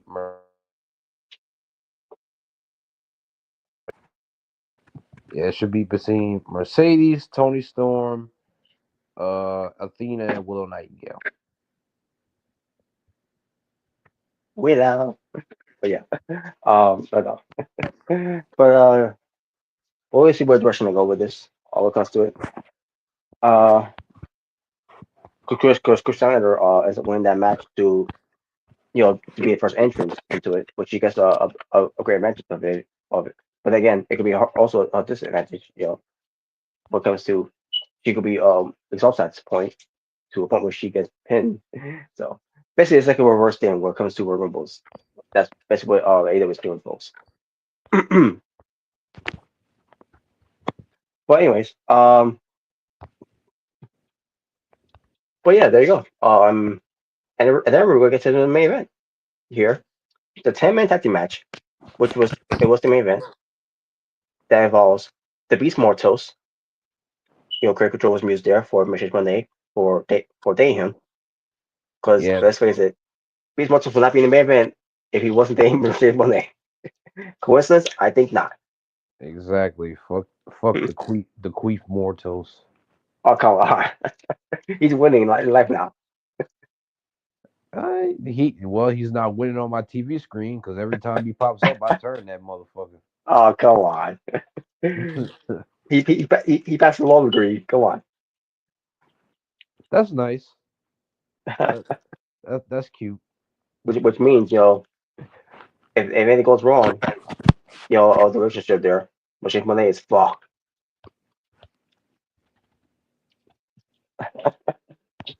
I'm just saying. But anyways, and I thought that I will go that route. But yeah, Beast Mortals with the Death Riders, John Moxley, Wheeler Yuta, no Claudio by the way. The Cucamonga Fox, Matthew and Nicholas Jackson, Your with favorite Marisha Fair at ringside. Omega's favorite tag team. I'm sorry. They went against the Ops, Samoa Joe, Powerhouse Hobbs, Casual Shibata, Team Up with Sports Brooklyn, and Will Ospreay with Prince Nana at ringside. 15 minutes and 43 seconds lasted. Yeah, I thought it was a good match. Finally I can say there's I can say it was good. For a change, minus seeing the Cook Fox there, especially Matthew Jackson. But all right. Also, the Death Riders didn't come to the entrance. I mean, they didn't come to the crowd by the way. 'Cause I'm pretty sure they would have been lynched. They would have been lynched by some of the crowds that might have liked them. So they came to the entrance way. Mm. And the reason I say that is because recently, there was a report about MJF. Some Mexican fan who was at the show who I guess tried to attack MJF, whatever, and obviously it didn't work out well. So I don't know. I don't know. Yeah, some fans can be crazy, and these Mexican crowds can be crazy. I mean, look how more Alberto Del dipshit throwing the chair at them. Yeah, that But guy. He, ugh. holy shit.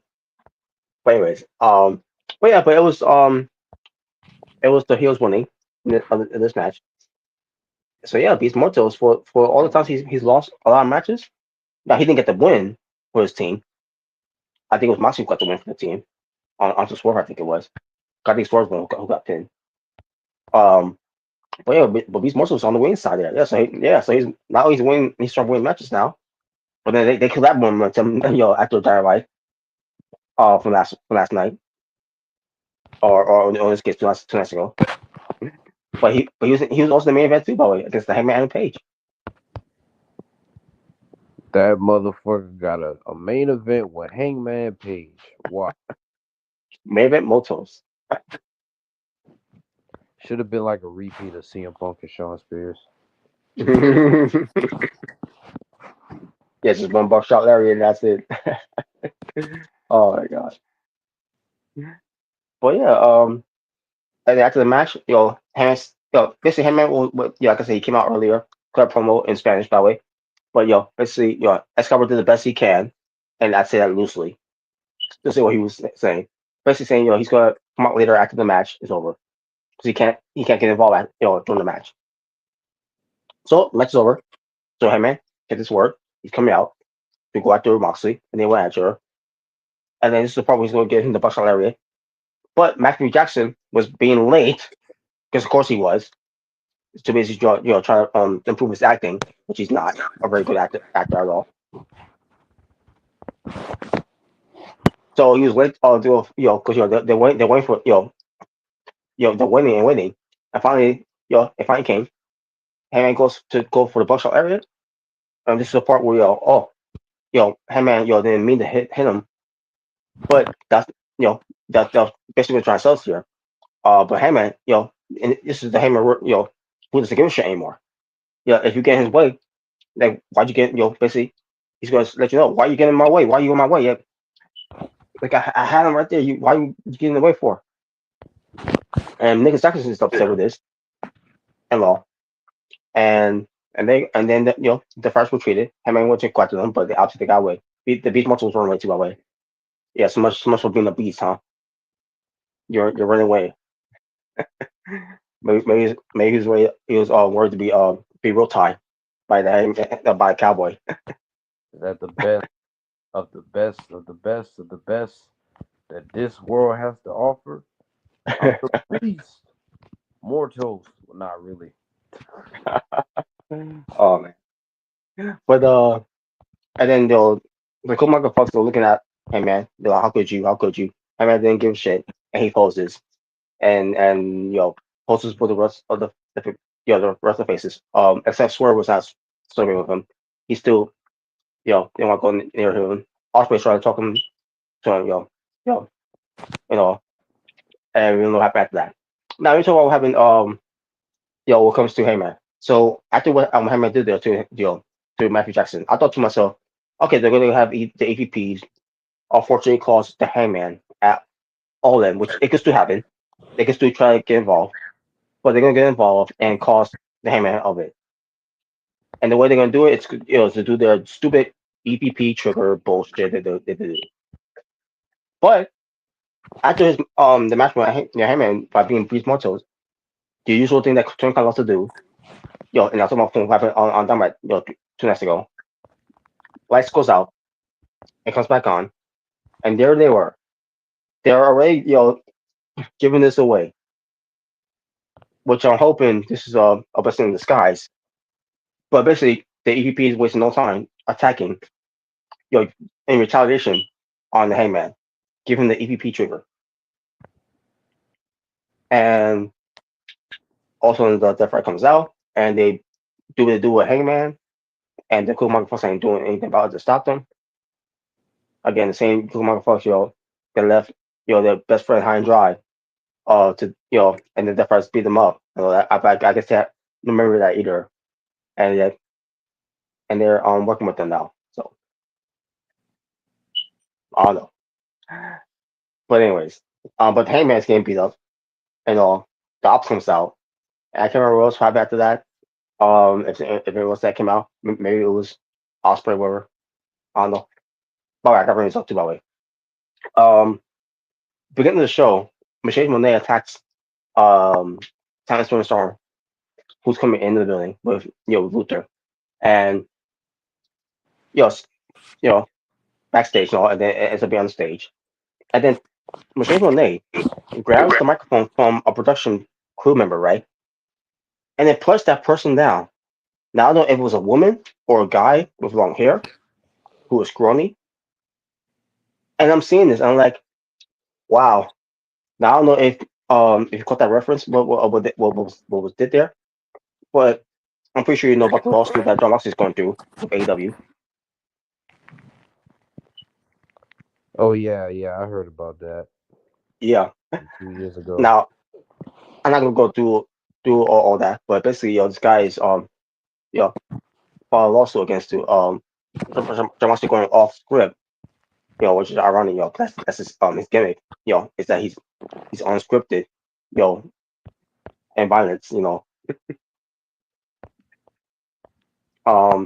Moxley, did that to a guy who's not even part of the show, to be now unless he was asked to, if you want to take a bump or something like that, you know, or if he doesn't want to, that's okay. You know who will be right fit for that? Some indie guys. I mean, you got indie guys, just like securities anyway. So why this one going to be any different? But then again, this was Moxley, doing what Moxley does. Um, and this happened during a steel cage match with Kenny Omega. The same night that the Don Callis turned on Kenny Omega. The whole screwdriver, just the whole screwdriver thing. And he was a penis back then too. But yeah. So yeah. Um, I think they might as well just pay the guy anyway. So I don't know if that's gonna be the case or not. Um, but this guy's looking the suit and all. So I say pay the guy, because yeah, Moxley should never did that. If it was part of the show, then I'm all for Moxley doing that. But if the guy was not they want to be part of the show, and then and Moxley just did that, you know, you know, due to negligence, then that yeah sure pay up for doing that to this guy. Especially the examples he gave of what happened to him after that. And I don't know if he was doing it before or whatever, but either way, man, it was very unexpected. That guy didn't know was getting shut down like that. Um, and Mark should know better too, by the way. You know, but yeah, that's basically what was what happened here with Machine Monet. And like, wow, AEW, you're that that was very that was unexpected. There, with the there, referencing the whole thing of them going through a lawsuit.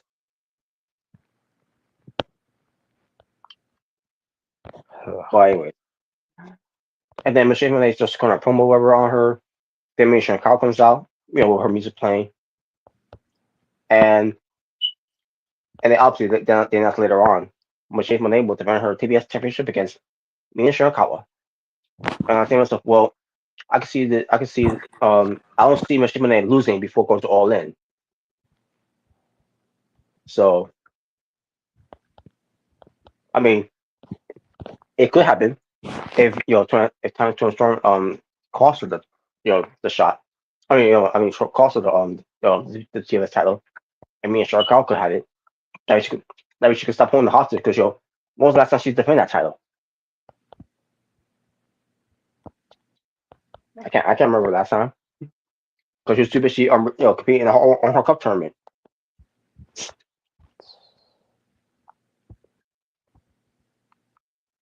So the best thing they should do, Machine Man, they can afford a loss. I mean, look at her. She's carrying too many belts as it is. Take off one belt off of her because let's face it, she doesn't need the TBS title anymore. If she's not ready to do anything, she hasn't really done anything with it ever since. Since before the tournament that she won. So give it to me and Shirakawa. Me and Shirakawa will evaluate a lot more than Machine Man will could you know at this point on, and then you can put the belt on her all in. There you go. Because we all know that's going to be the road that's going down with. Machine Man is going to become AEW Women's World Champion. So Yep. And then after this was all over, what Machine Man did what she did. The Cucamonga Fox shows on Cybertron.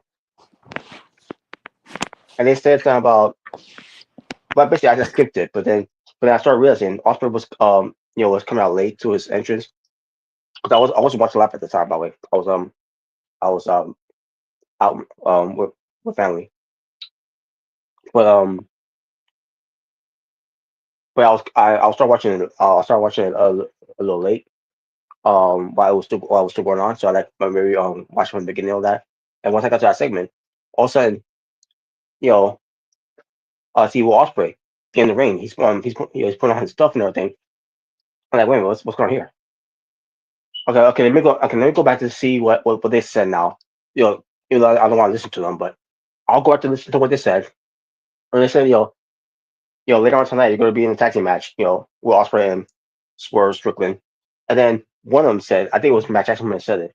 Matthew Jackson, the one who I said who can't act for shit. He said, hey, we're EVPs, so let's book the match. Let's have the match. Let's have this match right now. And like, what? That way, so a match was supposed to be scheduled for the second hour at 9 o'clock. A tag team match. That I had no idea already that was going to be happening either way. But a tag match that's going to involve Blake Christian and Lee Johnson, and they were in the ring. They were already in the ring as the EVPs were saying all this. And wait a minute, this doesn't make any sense. So how are you going to book a match that's supposed to be at 9 o'clock on the hour, was for hour number two, and they're already in the ring? Because they were saying, you're gonna have this match later on tonight, and then again, one of the EVPs cut them off and said, no, we're EVP, so let's have a match right now. Okay, and then obviously Will Ospreay comes in. He comes out. He's unprepared. He's put on his elbow pad. He's and like, this is so stupid. And the Swerve Strickland afterwards comes in, and what does he? I mean, comes out, and what does he do? He puts on his T-shirt. I'm like, wait. So you're coming out to put on your T-shirt, only for you to take your shirt back off and to go to a fan. I hated this. This was stupid. This is why I fucking hate the fucking Cucamonga fucks. I fucking hate the young fucks. These guys are fucking terrible. It, the whole thing of killing the business, and the life careers, and and stuff, whatever. Growing up, this autobiography book, killing the business. It's not just a title of a book that they wrote. This is what they're literally doing. They're literally killing the business. They are the worst part of this business, of what they're doing. Shit like this. This is a good example of it. They are fucking terrible. People cannot stand these people. These two people.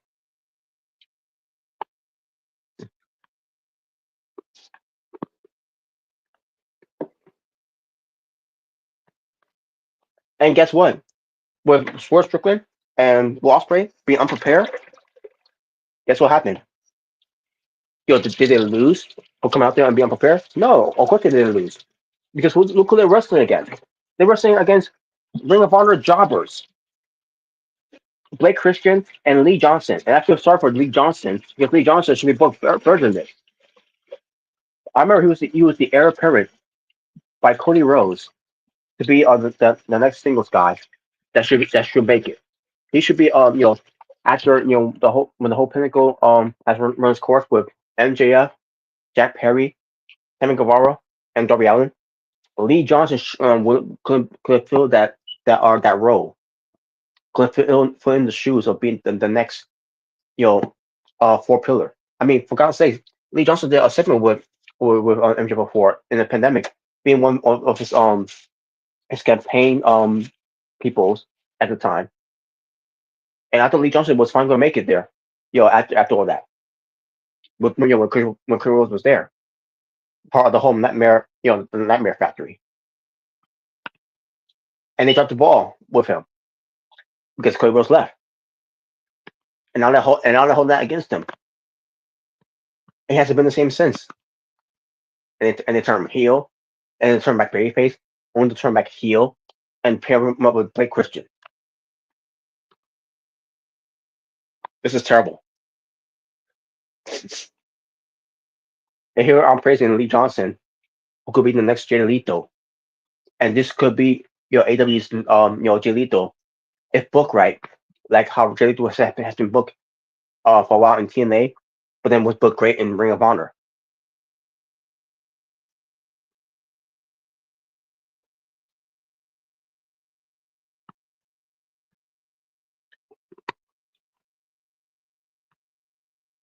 So yeah, so they lost. Of course they lost, because you're dealing with two best wrestlers in the world, and Swerve Strickland and Will Ospreay. You could have them wearing a shower cap with of a towel wrapped around their waistband, their waist, whatever, and their underwear at the come out taking a shower and wrestle in like that, and they will still win. It's like we'll see a Punk, for that the house show they did. He came in with a a bath calf, a bath cap with a bath towel. I'm pretty sure his underwear. I mean, at least I hope he's wearing his underwear.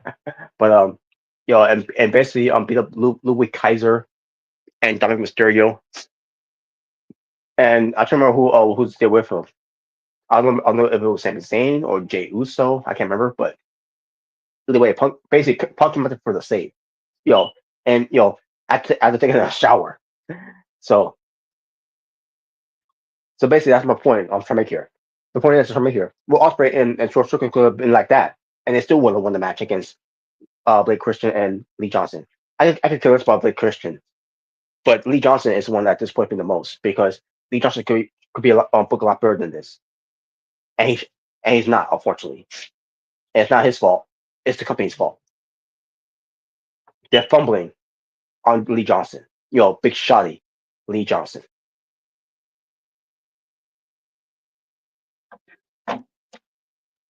But anyways,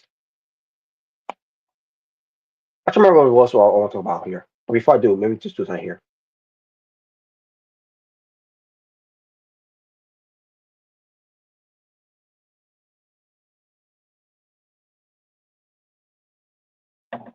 Oh yeah, I remember now.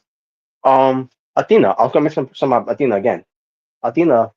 Obviously she didn't get the job done. Now she didn't lose, but she didn't win either. But at the end of the day, that was the only chance to go into All In Texas because Texas is a home. And I really hope that's not the case. I really hope she's still in it. And if she is in it, she better win because they did this whole thing on Twitter with the Athena and Michelle Monet. Now I don't know if it was because of them doing it and not by permission of the company.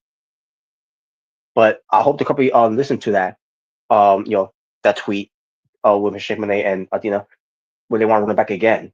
I don't mind seeing that again, by the way. This time for the AEW Women's World Title with Athena winning the All In Casino Gauntlet match, for the women's, and catching on an opportunity against Michelle Monet whenever she can, anytime, anywhere, any place, so they can run it back again. Because we all know Michelle Monet is winning the belt. So if that's gonna be the case, then Athena needs to win that All In, Casino Gauntlet match, and she has to win it. That way we could get that match again. Running back again. I don't know. I don't care if you run back for a Wrestle Dream. Do it. I say do it. Capitalize on it. And don't make it a title for title match, by the way. There's no need for that. Michelle Monet got enough belts as it is. There's no need for Athena to defend her Ring of Honor Women's World title. But anyways,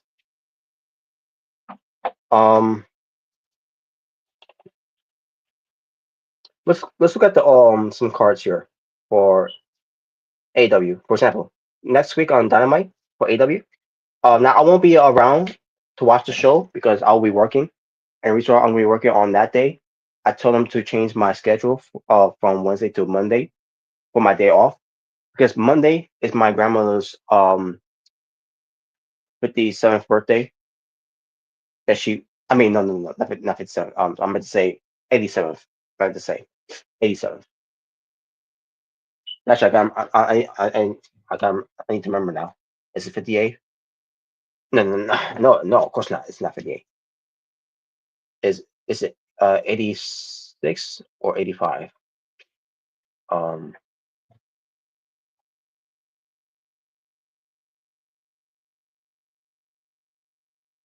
Oh yeah, I know where to go. Just give me a moment, folks. I'm sorry. I'll get back to what I was going to say here.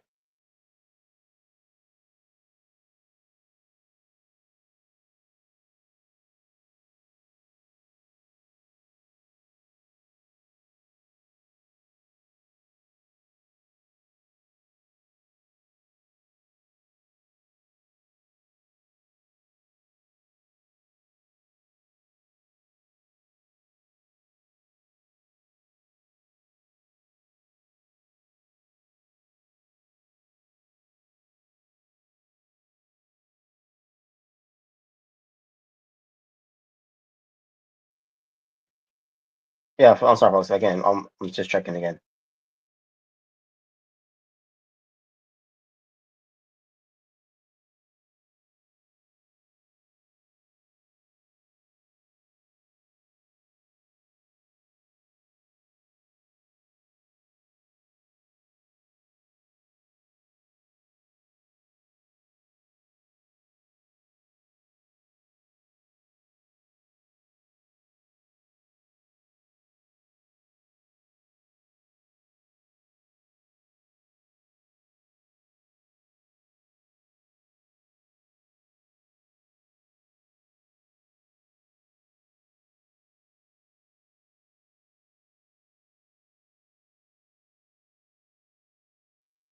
Yeah, she would have been 86.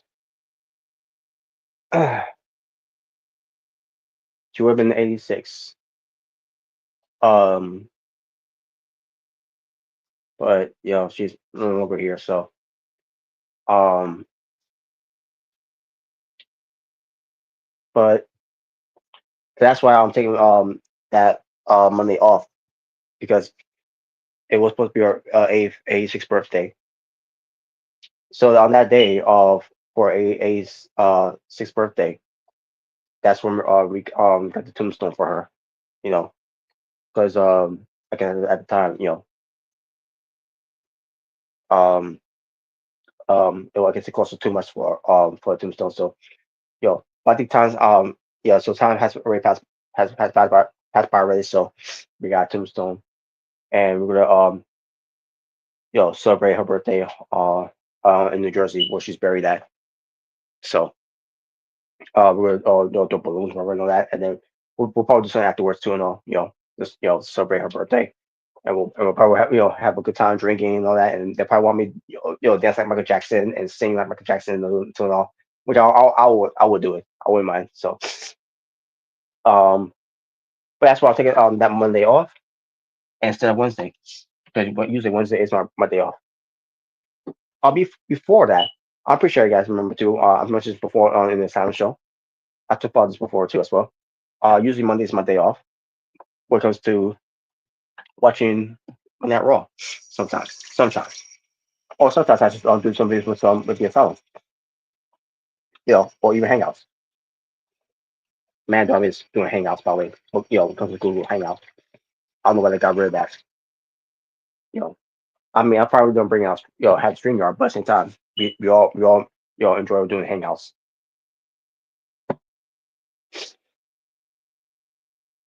But I digress. But anyways, um, so yeah, that's why I won't be able to do Dynamite stream for next Wednesday. So it is what it is, and which is it's unfortunate because this this next Wednesday's AEW Dynamite show is celebrating 300th episode, and boy, uh, what a show this is good shape out to be because here in the lineup so far when it comes to the AEW Dynamite show, they call it AEW Dynamite 300. All right, make it to right now. Let's see, where is it? All right, here it is.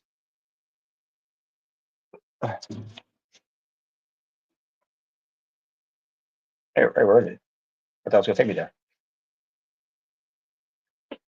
Oh, come on, it's not taking me there.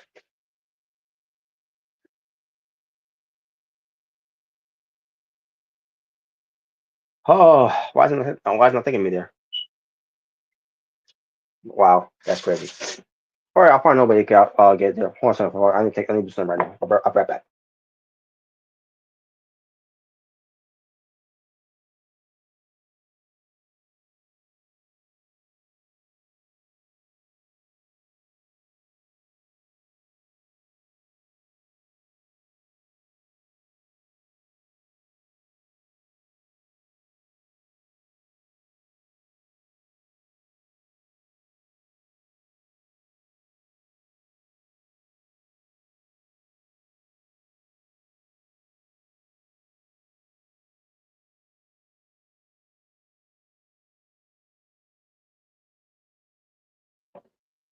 All right, I'm back, folks. I'm sorry about that. I had to take care of something there, but it's been taken care of. So now back to this. This is what I can find when it comes to the show itself of AW Dynamite 300. Dynamite 300. Here we go to search for it. I'll put in numbers. There we go. Okay, the card. Yes, go to that. Okay, so here we go. From WrestleZone, let's go to the cage match for the list of matches here. So far, we got the TBS Championship title match. Michelle Monday will defend against Mina Shirakawa. We got a non-title match with Kazuchika Okada versus Kota Ibushi. But by the way, Kota Ibushi's back. Thank God. I'm glad he's back. I'm glad he's back to wrestling after being gone for so long from his injuries that he's been seduced to because he didn't take care of himself. So he's back, and hopefully he's better than ever. And by the way, he had a match against Trent Barella. And there you go. Not much to say about that. He beat Trent Barella. He beat Trent Barella. Enough said. What else is there to say? Trent Barella is the jobber among jobbers of Downcast family. And sorry about that. I'm from my phone. Anyways, but they did something where they're teasing Okada versus Kota Ibushi because the EVPs, them again, basically telling Okada, take care of Kenny Omega's Golden Lover. Because remember, the tag team is the Golden Lovers. So yeah, because Kenny Omega is and Kota Ibushi get that relationship of one another. So Okada's gonna take good care of Kota Ibushi, like the old days, by the way. Last time these two wrestled each other, by the way, was the G1 Climax, which the match that where Kota Ibushi got hurt, and that's why he needed, that and ever since that injury he suffered, he hasn't been the same since because he didn't take care of himself. He didn't want to get the surgery. He thought he could rehab, in a way where he doesn't need surgery, and it backfired, unfortunately. So because of that, he hasn't been the same since, and it's been a lot of drama and a lot of depression going on with him, from turning after that. It was very stressful, and he finally was out of his contract with New Japan and ended up with AW. But in the AW, he was not Kota Ibushi of old.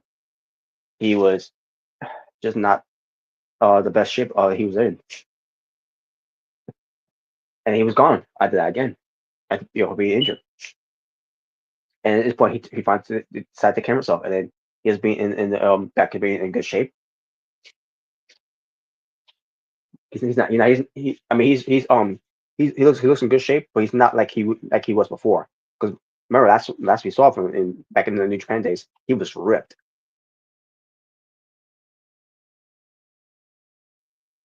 But this one, look at he's back to being in the junior heavyweights. So, which is fine. He looks fantastic either way. That's the match we're having though. And the other match we're having is the men's gauntlet match qualifying of MJF versus a mystery opponent. I don't know who that will be, which is why it's called a mystery opponent. So I guess we'll find out who it is. It probably will be a luchador. Because Tony Khan can't get enough of luchadors nowadays, huh? So, I digress. I won't see in this any other matches. Let me look up some of the matches here that could possibly happen that was announced.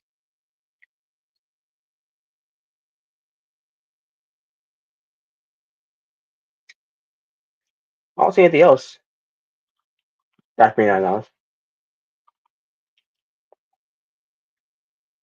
Unless it's just saying it. Yeah, like it's mystery meat or whatever. Or in my case, what I used to do with the sound before, mystery topics.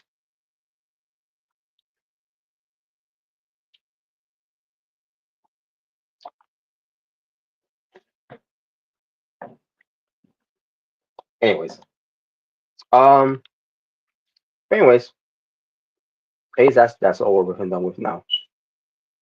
And this is matches that's been added for NXT Great American Bash.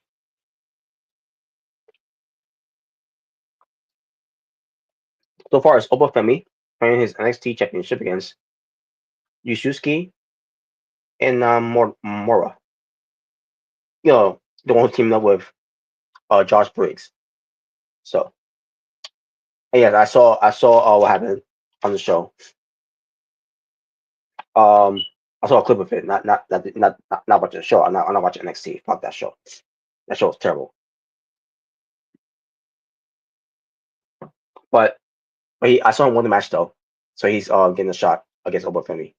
So and that's the only match I've been not so far for NXT Great American Bash. Today's main event with Goldberg. Let's do the match. Goldberg versus Gunther.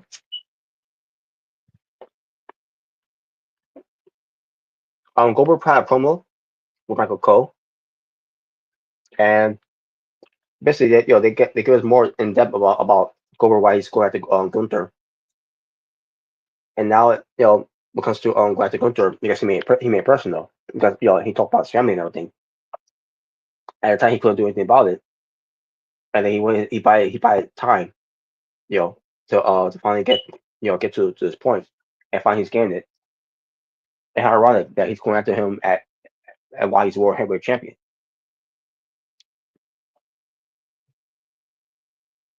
And Goldberg said something about he's gonna he said some curse word. I can't remember what it was. He's gonna beat the shit out of him or something like that. I can't remember if that's how he said it, if whatever. But and then and Michael Cole said to Goldberg saying, what if you win the world title? Yo yo where matches are supposed to be his retirement match. And then Goldberg was responding by saying, now that's an interesting dilemma, is it? Yeah.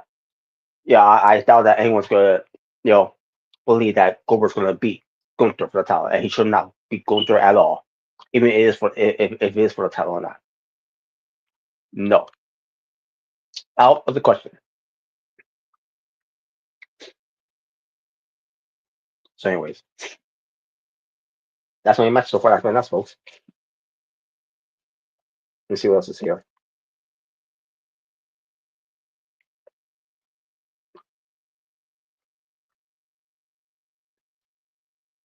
For All in Texas, which by the way, AEW is doing a tremendous job of building up their show of All in Texas by just promoting the show itself.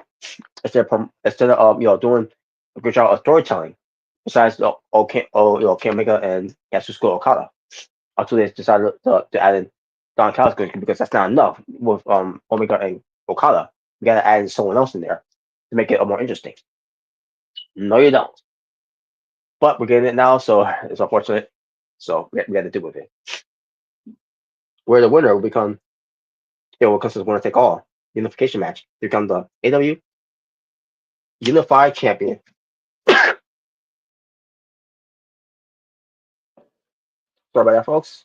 I was not quick enough to press the button on time.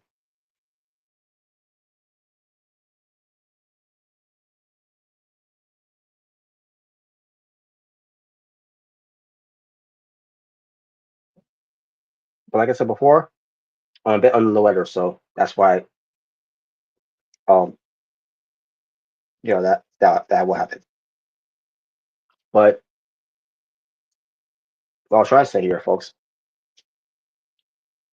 um Omega and Okada will take all unification match, become the inaugural AW Unified Champion. Terrible name. That's what they're going with, so whatever. John Cena will defend his AW World Championship against Hangman and Page. I'm hoping after what the Young Bucks did, get involved early by attacking the Hangman just to feed to Moxley and the Death Riders. that there's still a slight hope and chance that the Hangman will win the world title and finally end this horrific storyline.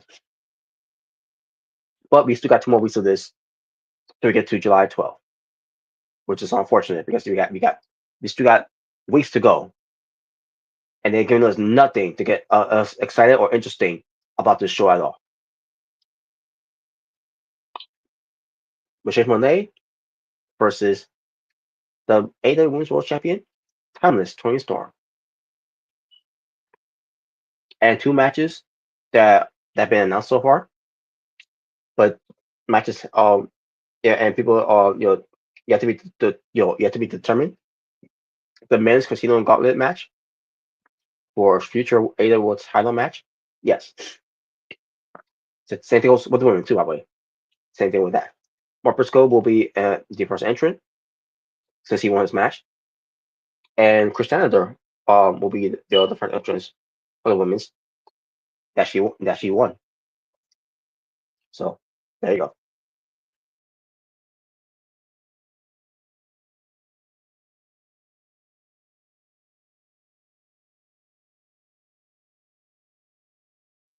They're teasing other matches too, by the way, folks. They're teasing um, the Outrunners versus FTR, possibly on All In. That belongs on the pre-show. And I love FTR, but no, that's on the pre-show.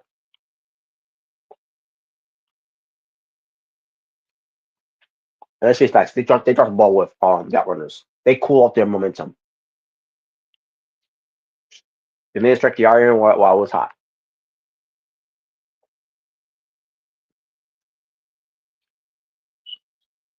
Oh yeah. Now it hasn't been announced yet, but we're going to get it either way on All In, and that's a match that should be on the card of All In, even though I really don't want it to because of who's in it. The Cucamonga Fox versus Will Ospreay and Swerve Strickland. Now, I don't mind Ospreay and Strickland being on the show, but the Young Fox, I do mind. Fuck them. But that could be the match that could happen. So he needs to get them busy. And Speedball, Mike Bailey, and Kevin Knight, the Just Speed to go up against her syndicate, Bobby Lashley and MJ and Shelton Benjamin, excuse me, because MJF is could be qualifying to the men's gauntlet. I don't know why he's qualifying, and I thought you could just be in it. This is so stupid. I don't know why they try to have MJF qualifying it. I mean, the whole point of you being in her syndicate, you could you could just say I'm gonna claim myself into the in the gauntlet match. I don't get it. And who do they have in mind to have face someone to qualify in this match? Barry Hallwoods? Come on. Just put him in the match. I mean, you already made him look stupid by saying that he doesn't want to work hard to be wrestling in a tournament. Meanwhile, he's going to try to work. He's going to work hard, but facing multi men in one match in the same area. With the number that he's going to draw. Are you fucking kidding me? Unless he's number 2 and he's trying to wrap this up against Mark Briscoe, because Mark Briscoe doesn't win anything. That was something. Holy shit.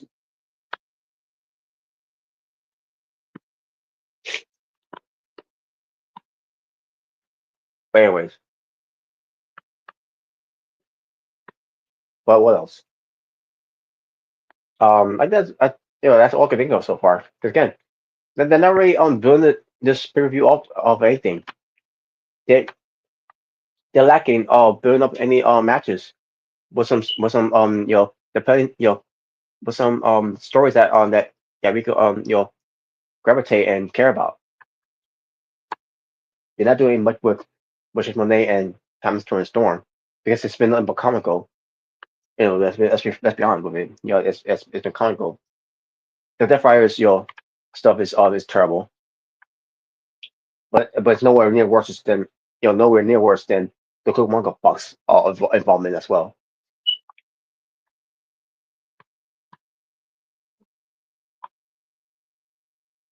I really don't know. It's been terrible, folks. It's been terrible. The promotion of the show itself, to let everyone know, it's going to be the biggest show of the year. It's something. But other than that, what else is there?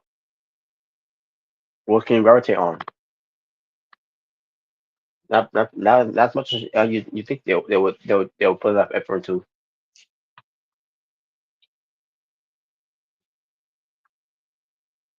We should at least see Thunder Rosa in the match too, by the way. But we shall see. All right, who's next? I mean, what's next? I'm gonna say who's next. Um,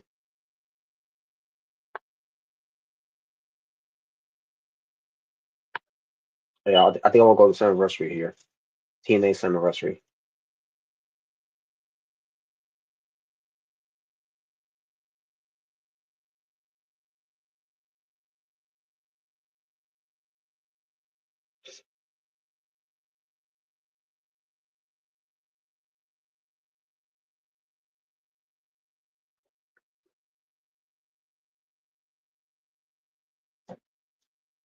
All right, here we go. So what's the match here? Trick Williams versus Joe Hendry for the TNA World Championship. I did hear about that. Well, that sucks, man. Not saying the match is gonna suck. Not saying Joe Hendry is gonna suck, but it really sucks that as this is not Mike Santana being in it. Like, why would they not have Mike Santana in it? But it's going to be in New York, where this could be his crowning achievement moment, be a TNA World Champion right here in New York. But I also heard they're gonna do some multi-man match like they did last year. Could they did last year as well. But I don't know if they're gonna do that this year again. I mean, yeah, I'm not a fan of them doing repeated um multi-man matches for the main event for its anniversary.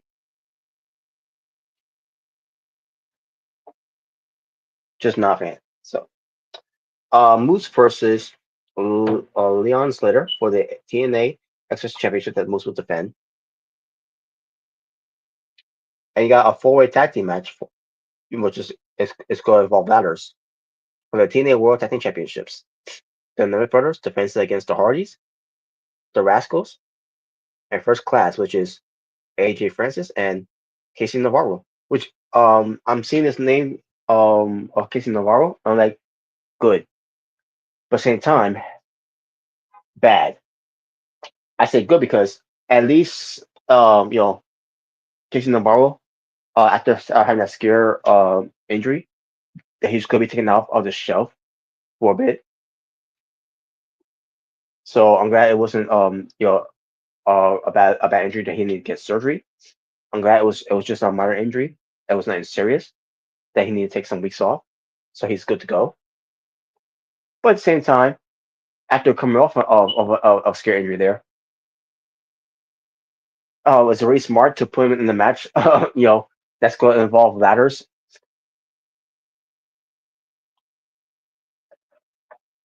I'm not sure if that's the right move to do,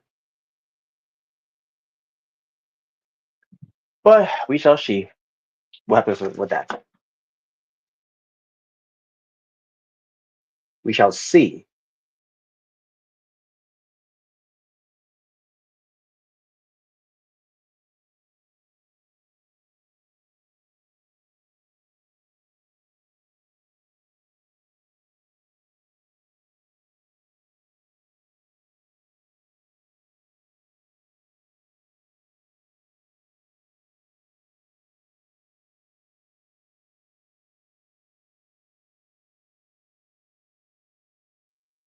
Sorry about folks. Um, no, I'm trying to see something else here. Oh yeah, I got to bring something about it, folks. The conglomerate.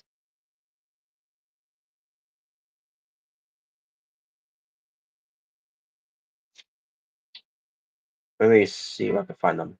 The conglomerate.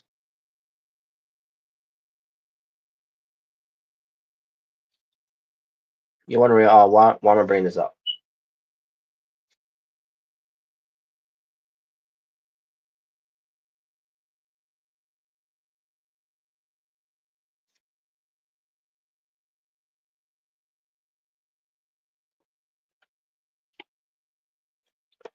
Wait a minute. I thought it was the conglomerate. It was just conglomerate.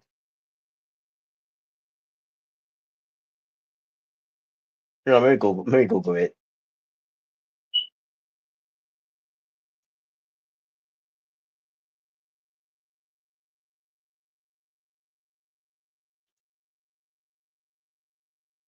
Here we go.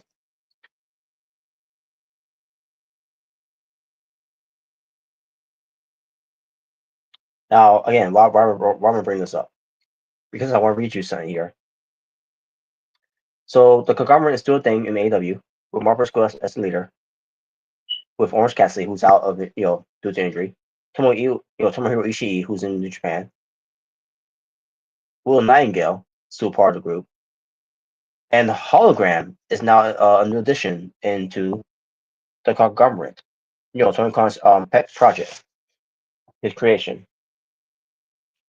And former members of the conglomerate are Kyle Fletcher, who's doing his own thing with uh what's the fashion called again?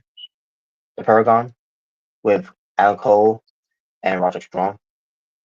And then you have Rocky Romero, who's now part of Don Callis family, reforming the tag team with Trent Beretta as Roppongi Vice. Great. But still a jobber though in AEW. Rocky Romero. So I guess after Chaos, ended in Japan Pro Wrestling, that's there's nowhere else for him to go. So he's part of of the Don Callis family again, which he should feel right at home because remember who was in Chaos at that time?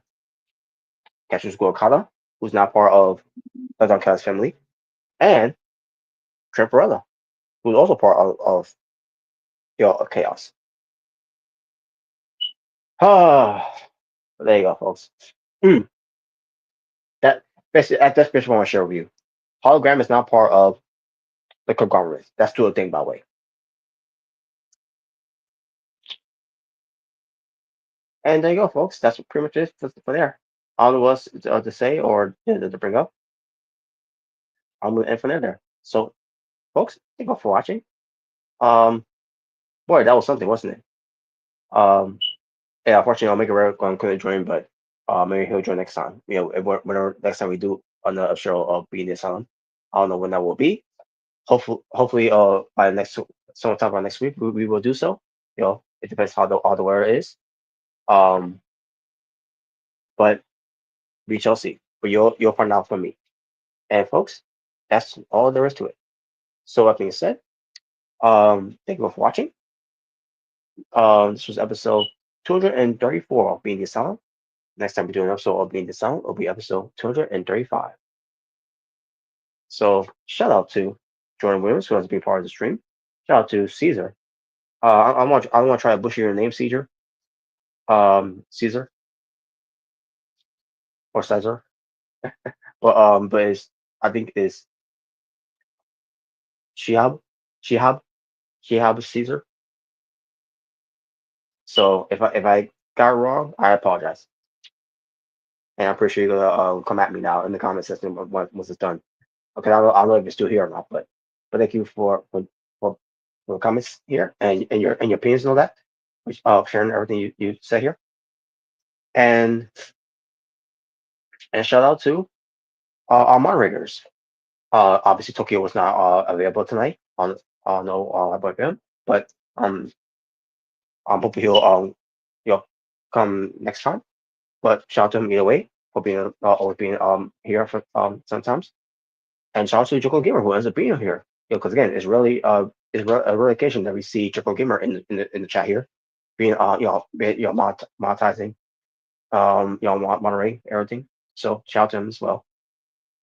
And shout out to everyone else that may have watched, but then chat along. Maybe we could do it next time, but make sure you keep it in a positive attitude. positive vibe, positive energy, positive everything, all the way. There you go. Well, folks, um, we'll see what happens. So hope you enjoy the rest of your weekends, and I'll see you all soon. So for the Drew Jaybird and Jordan Williams, it's the Natural Born Thriller saying peace on the streets, don't be well. Stay safe, take care of yourself, everything that's going on in the world. But I am out here as habitual and Abdu with a goodbye and good night to all you. Bang. Until next time, folks, for being the silent or for anything else that we'll do. Either way, take care of yourselves and each other. God bless. Take care. Peace.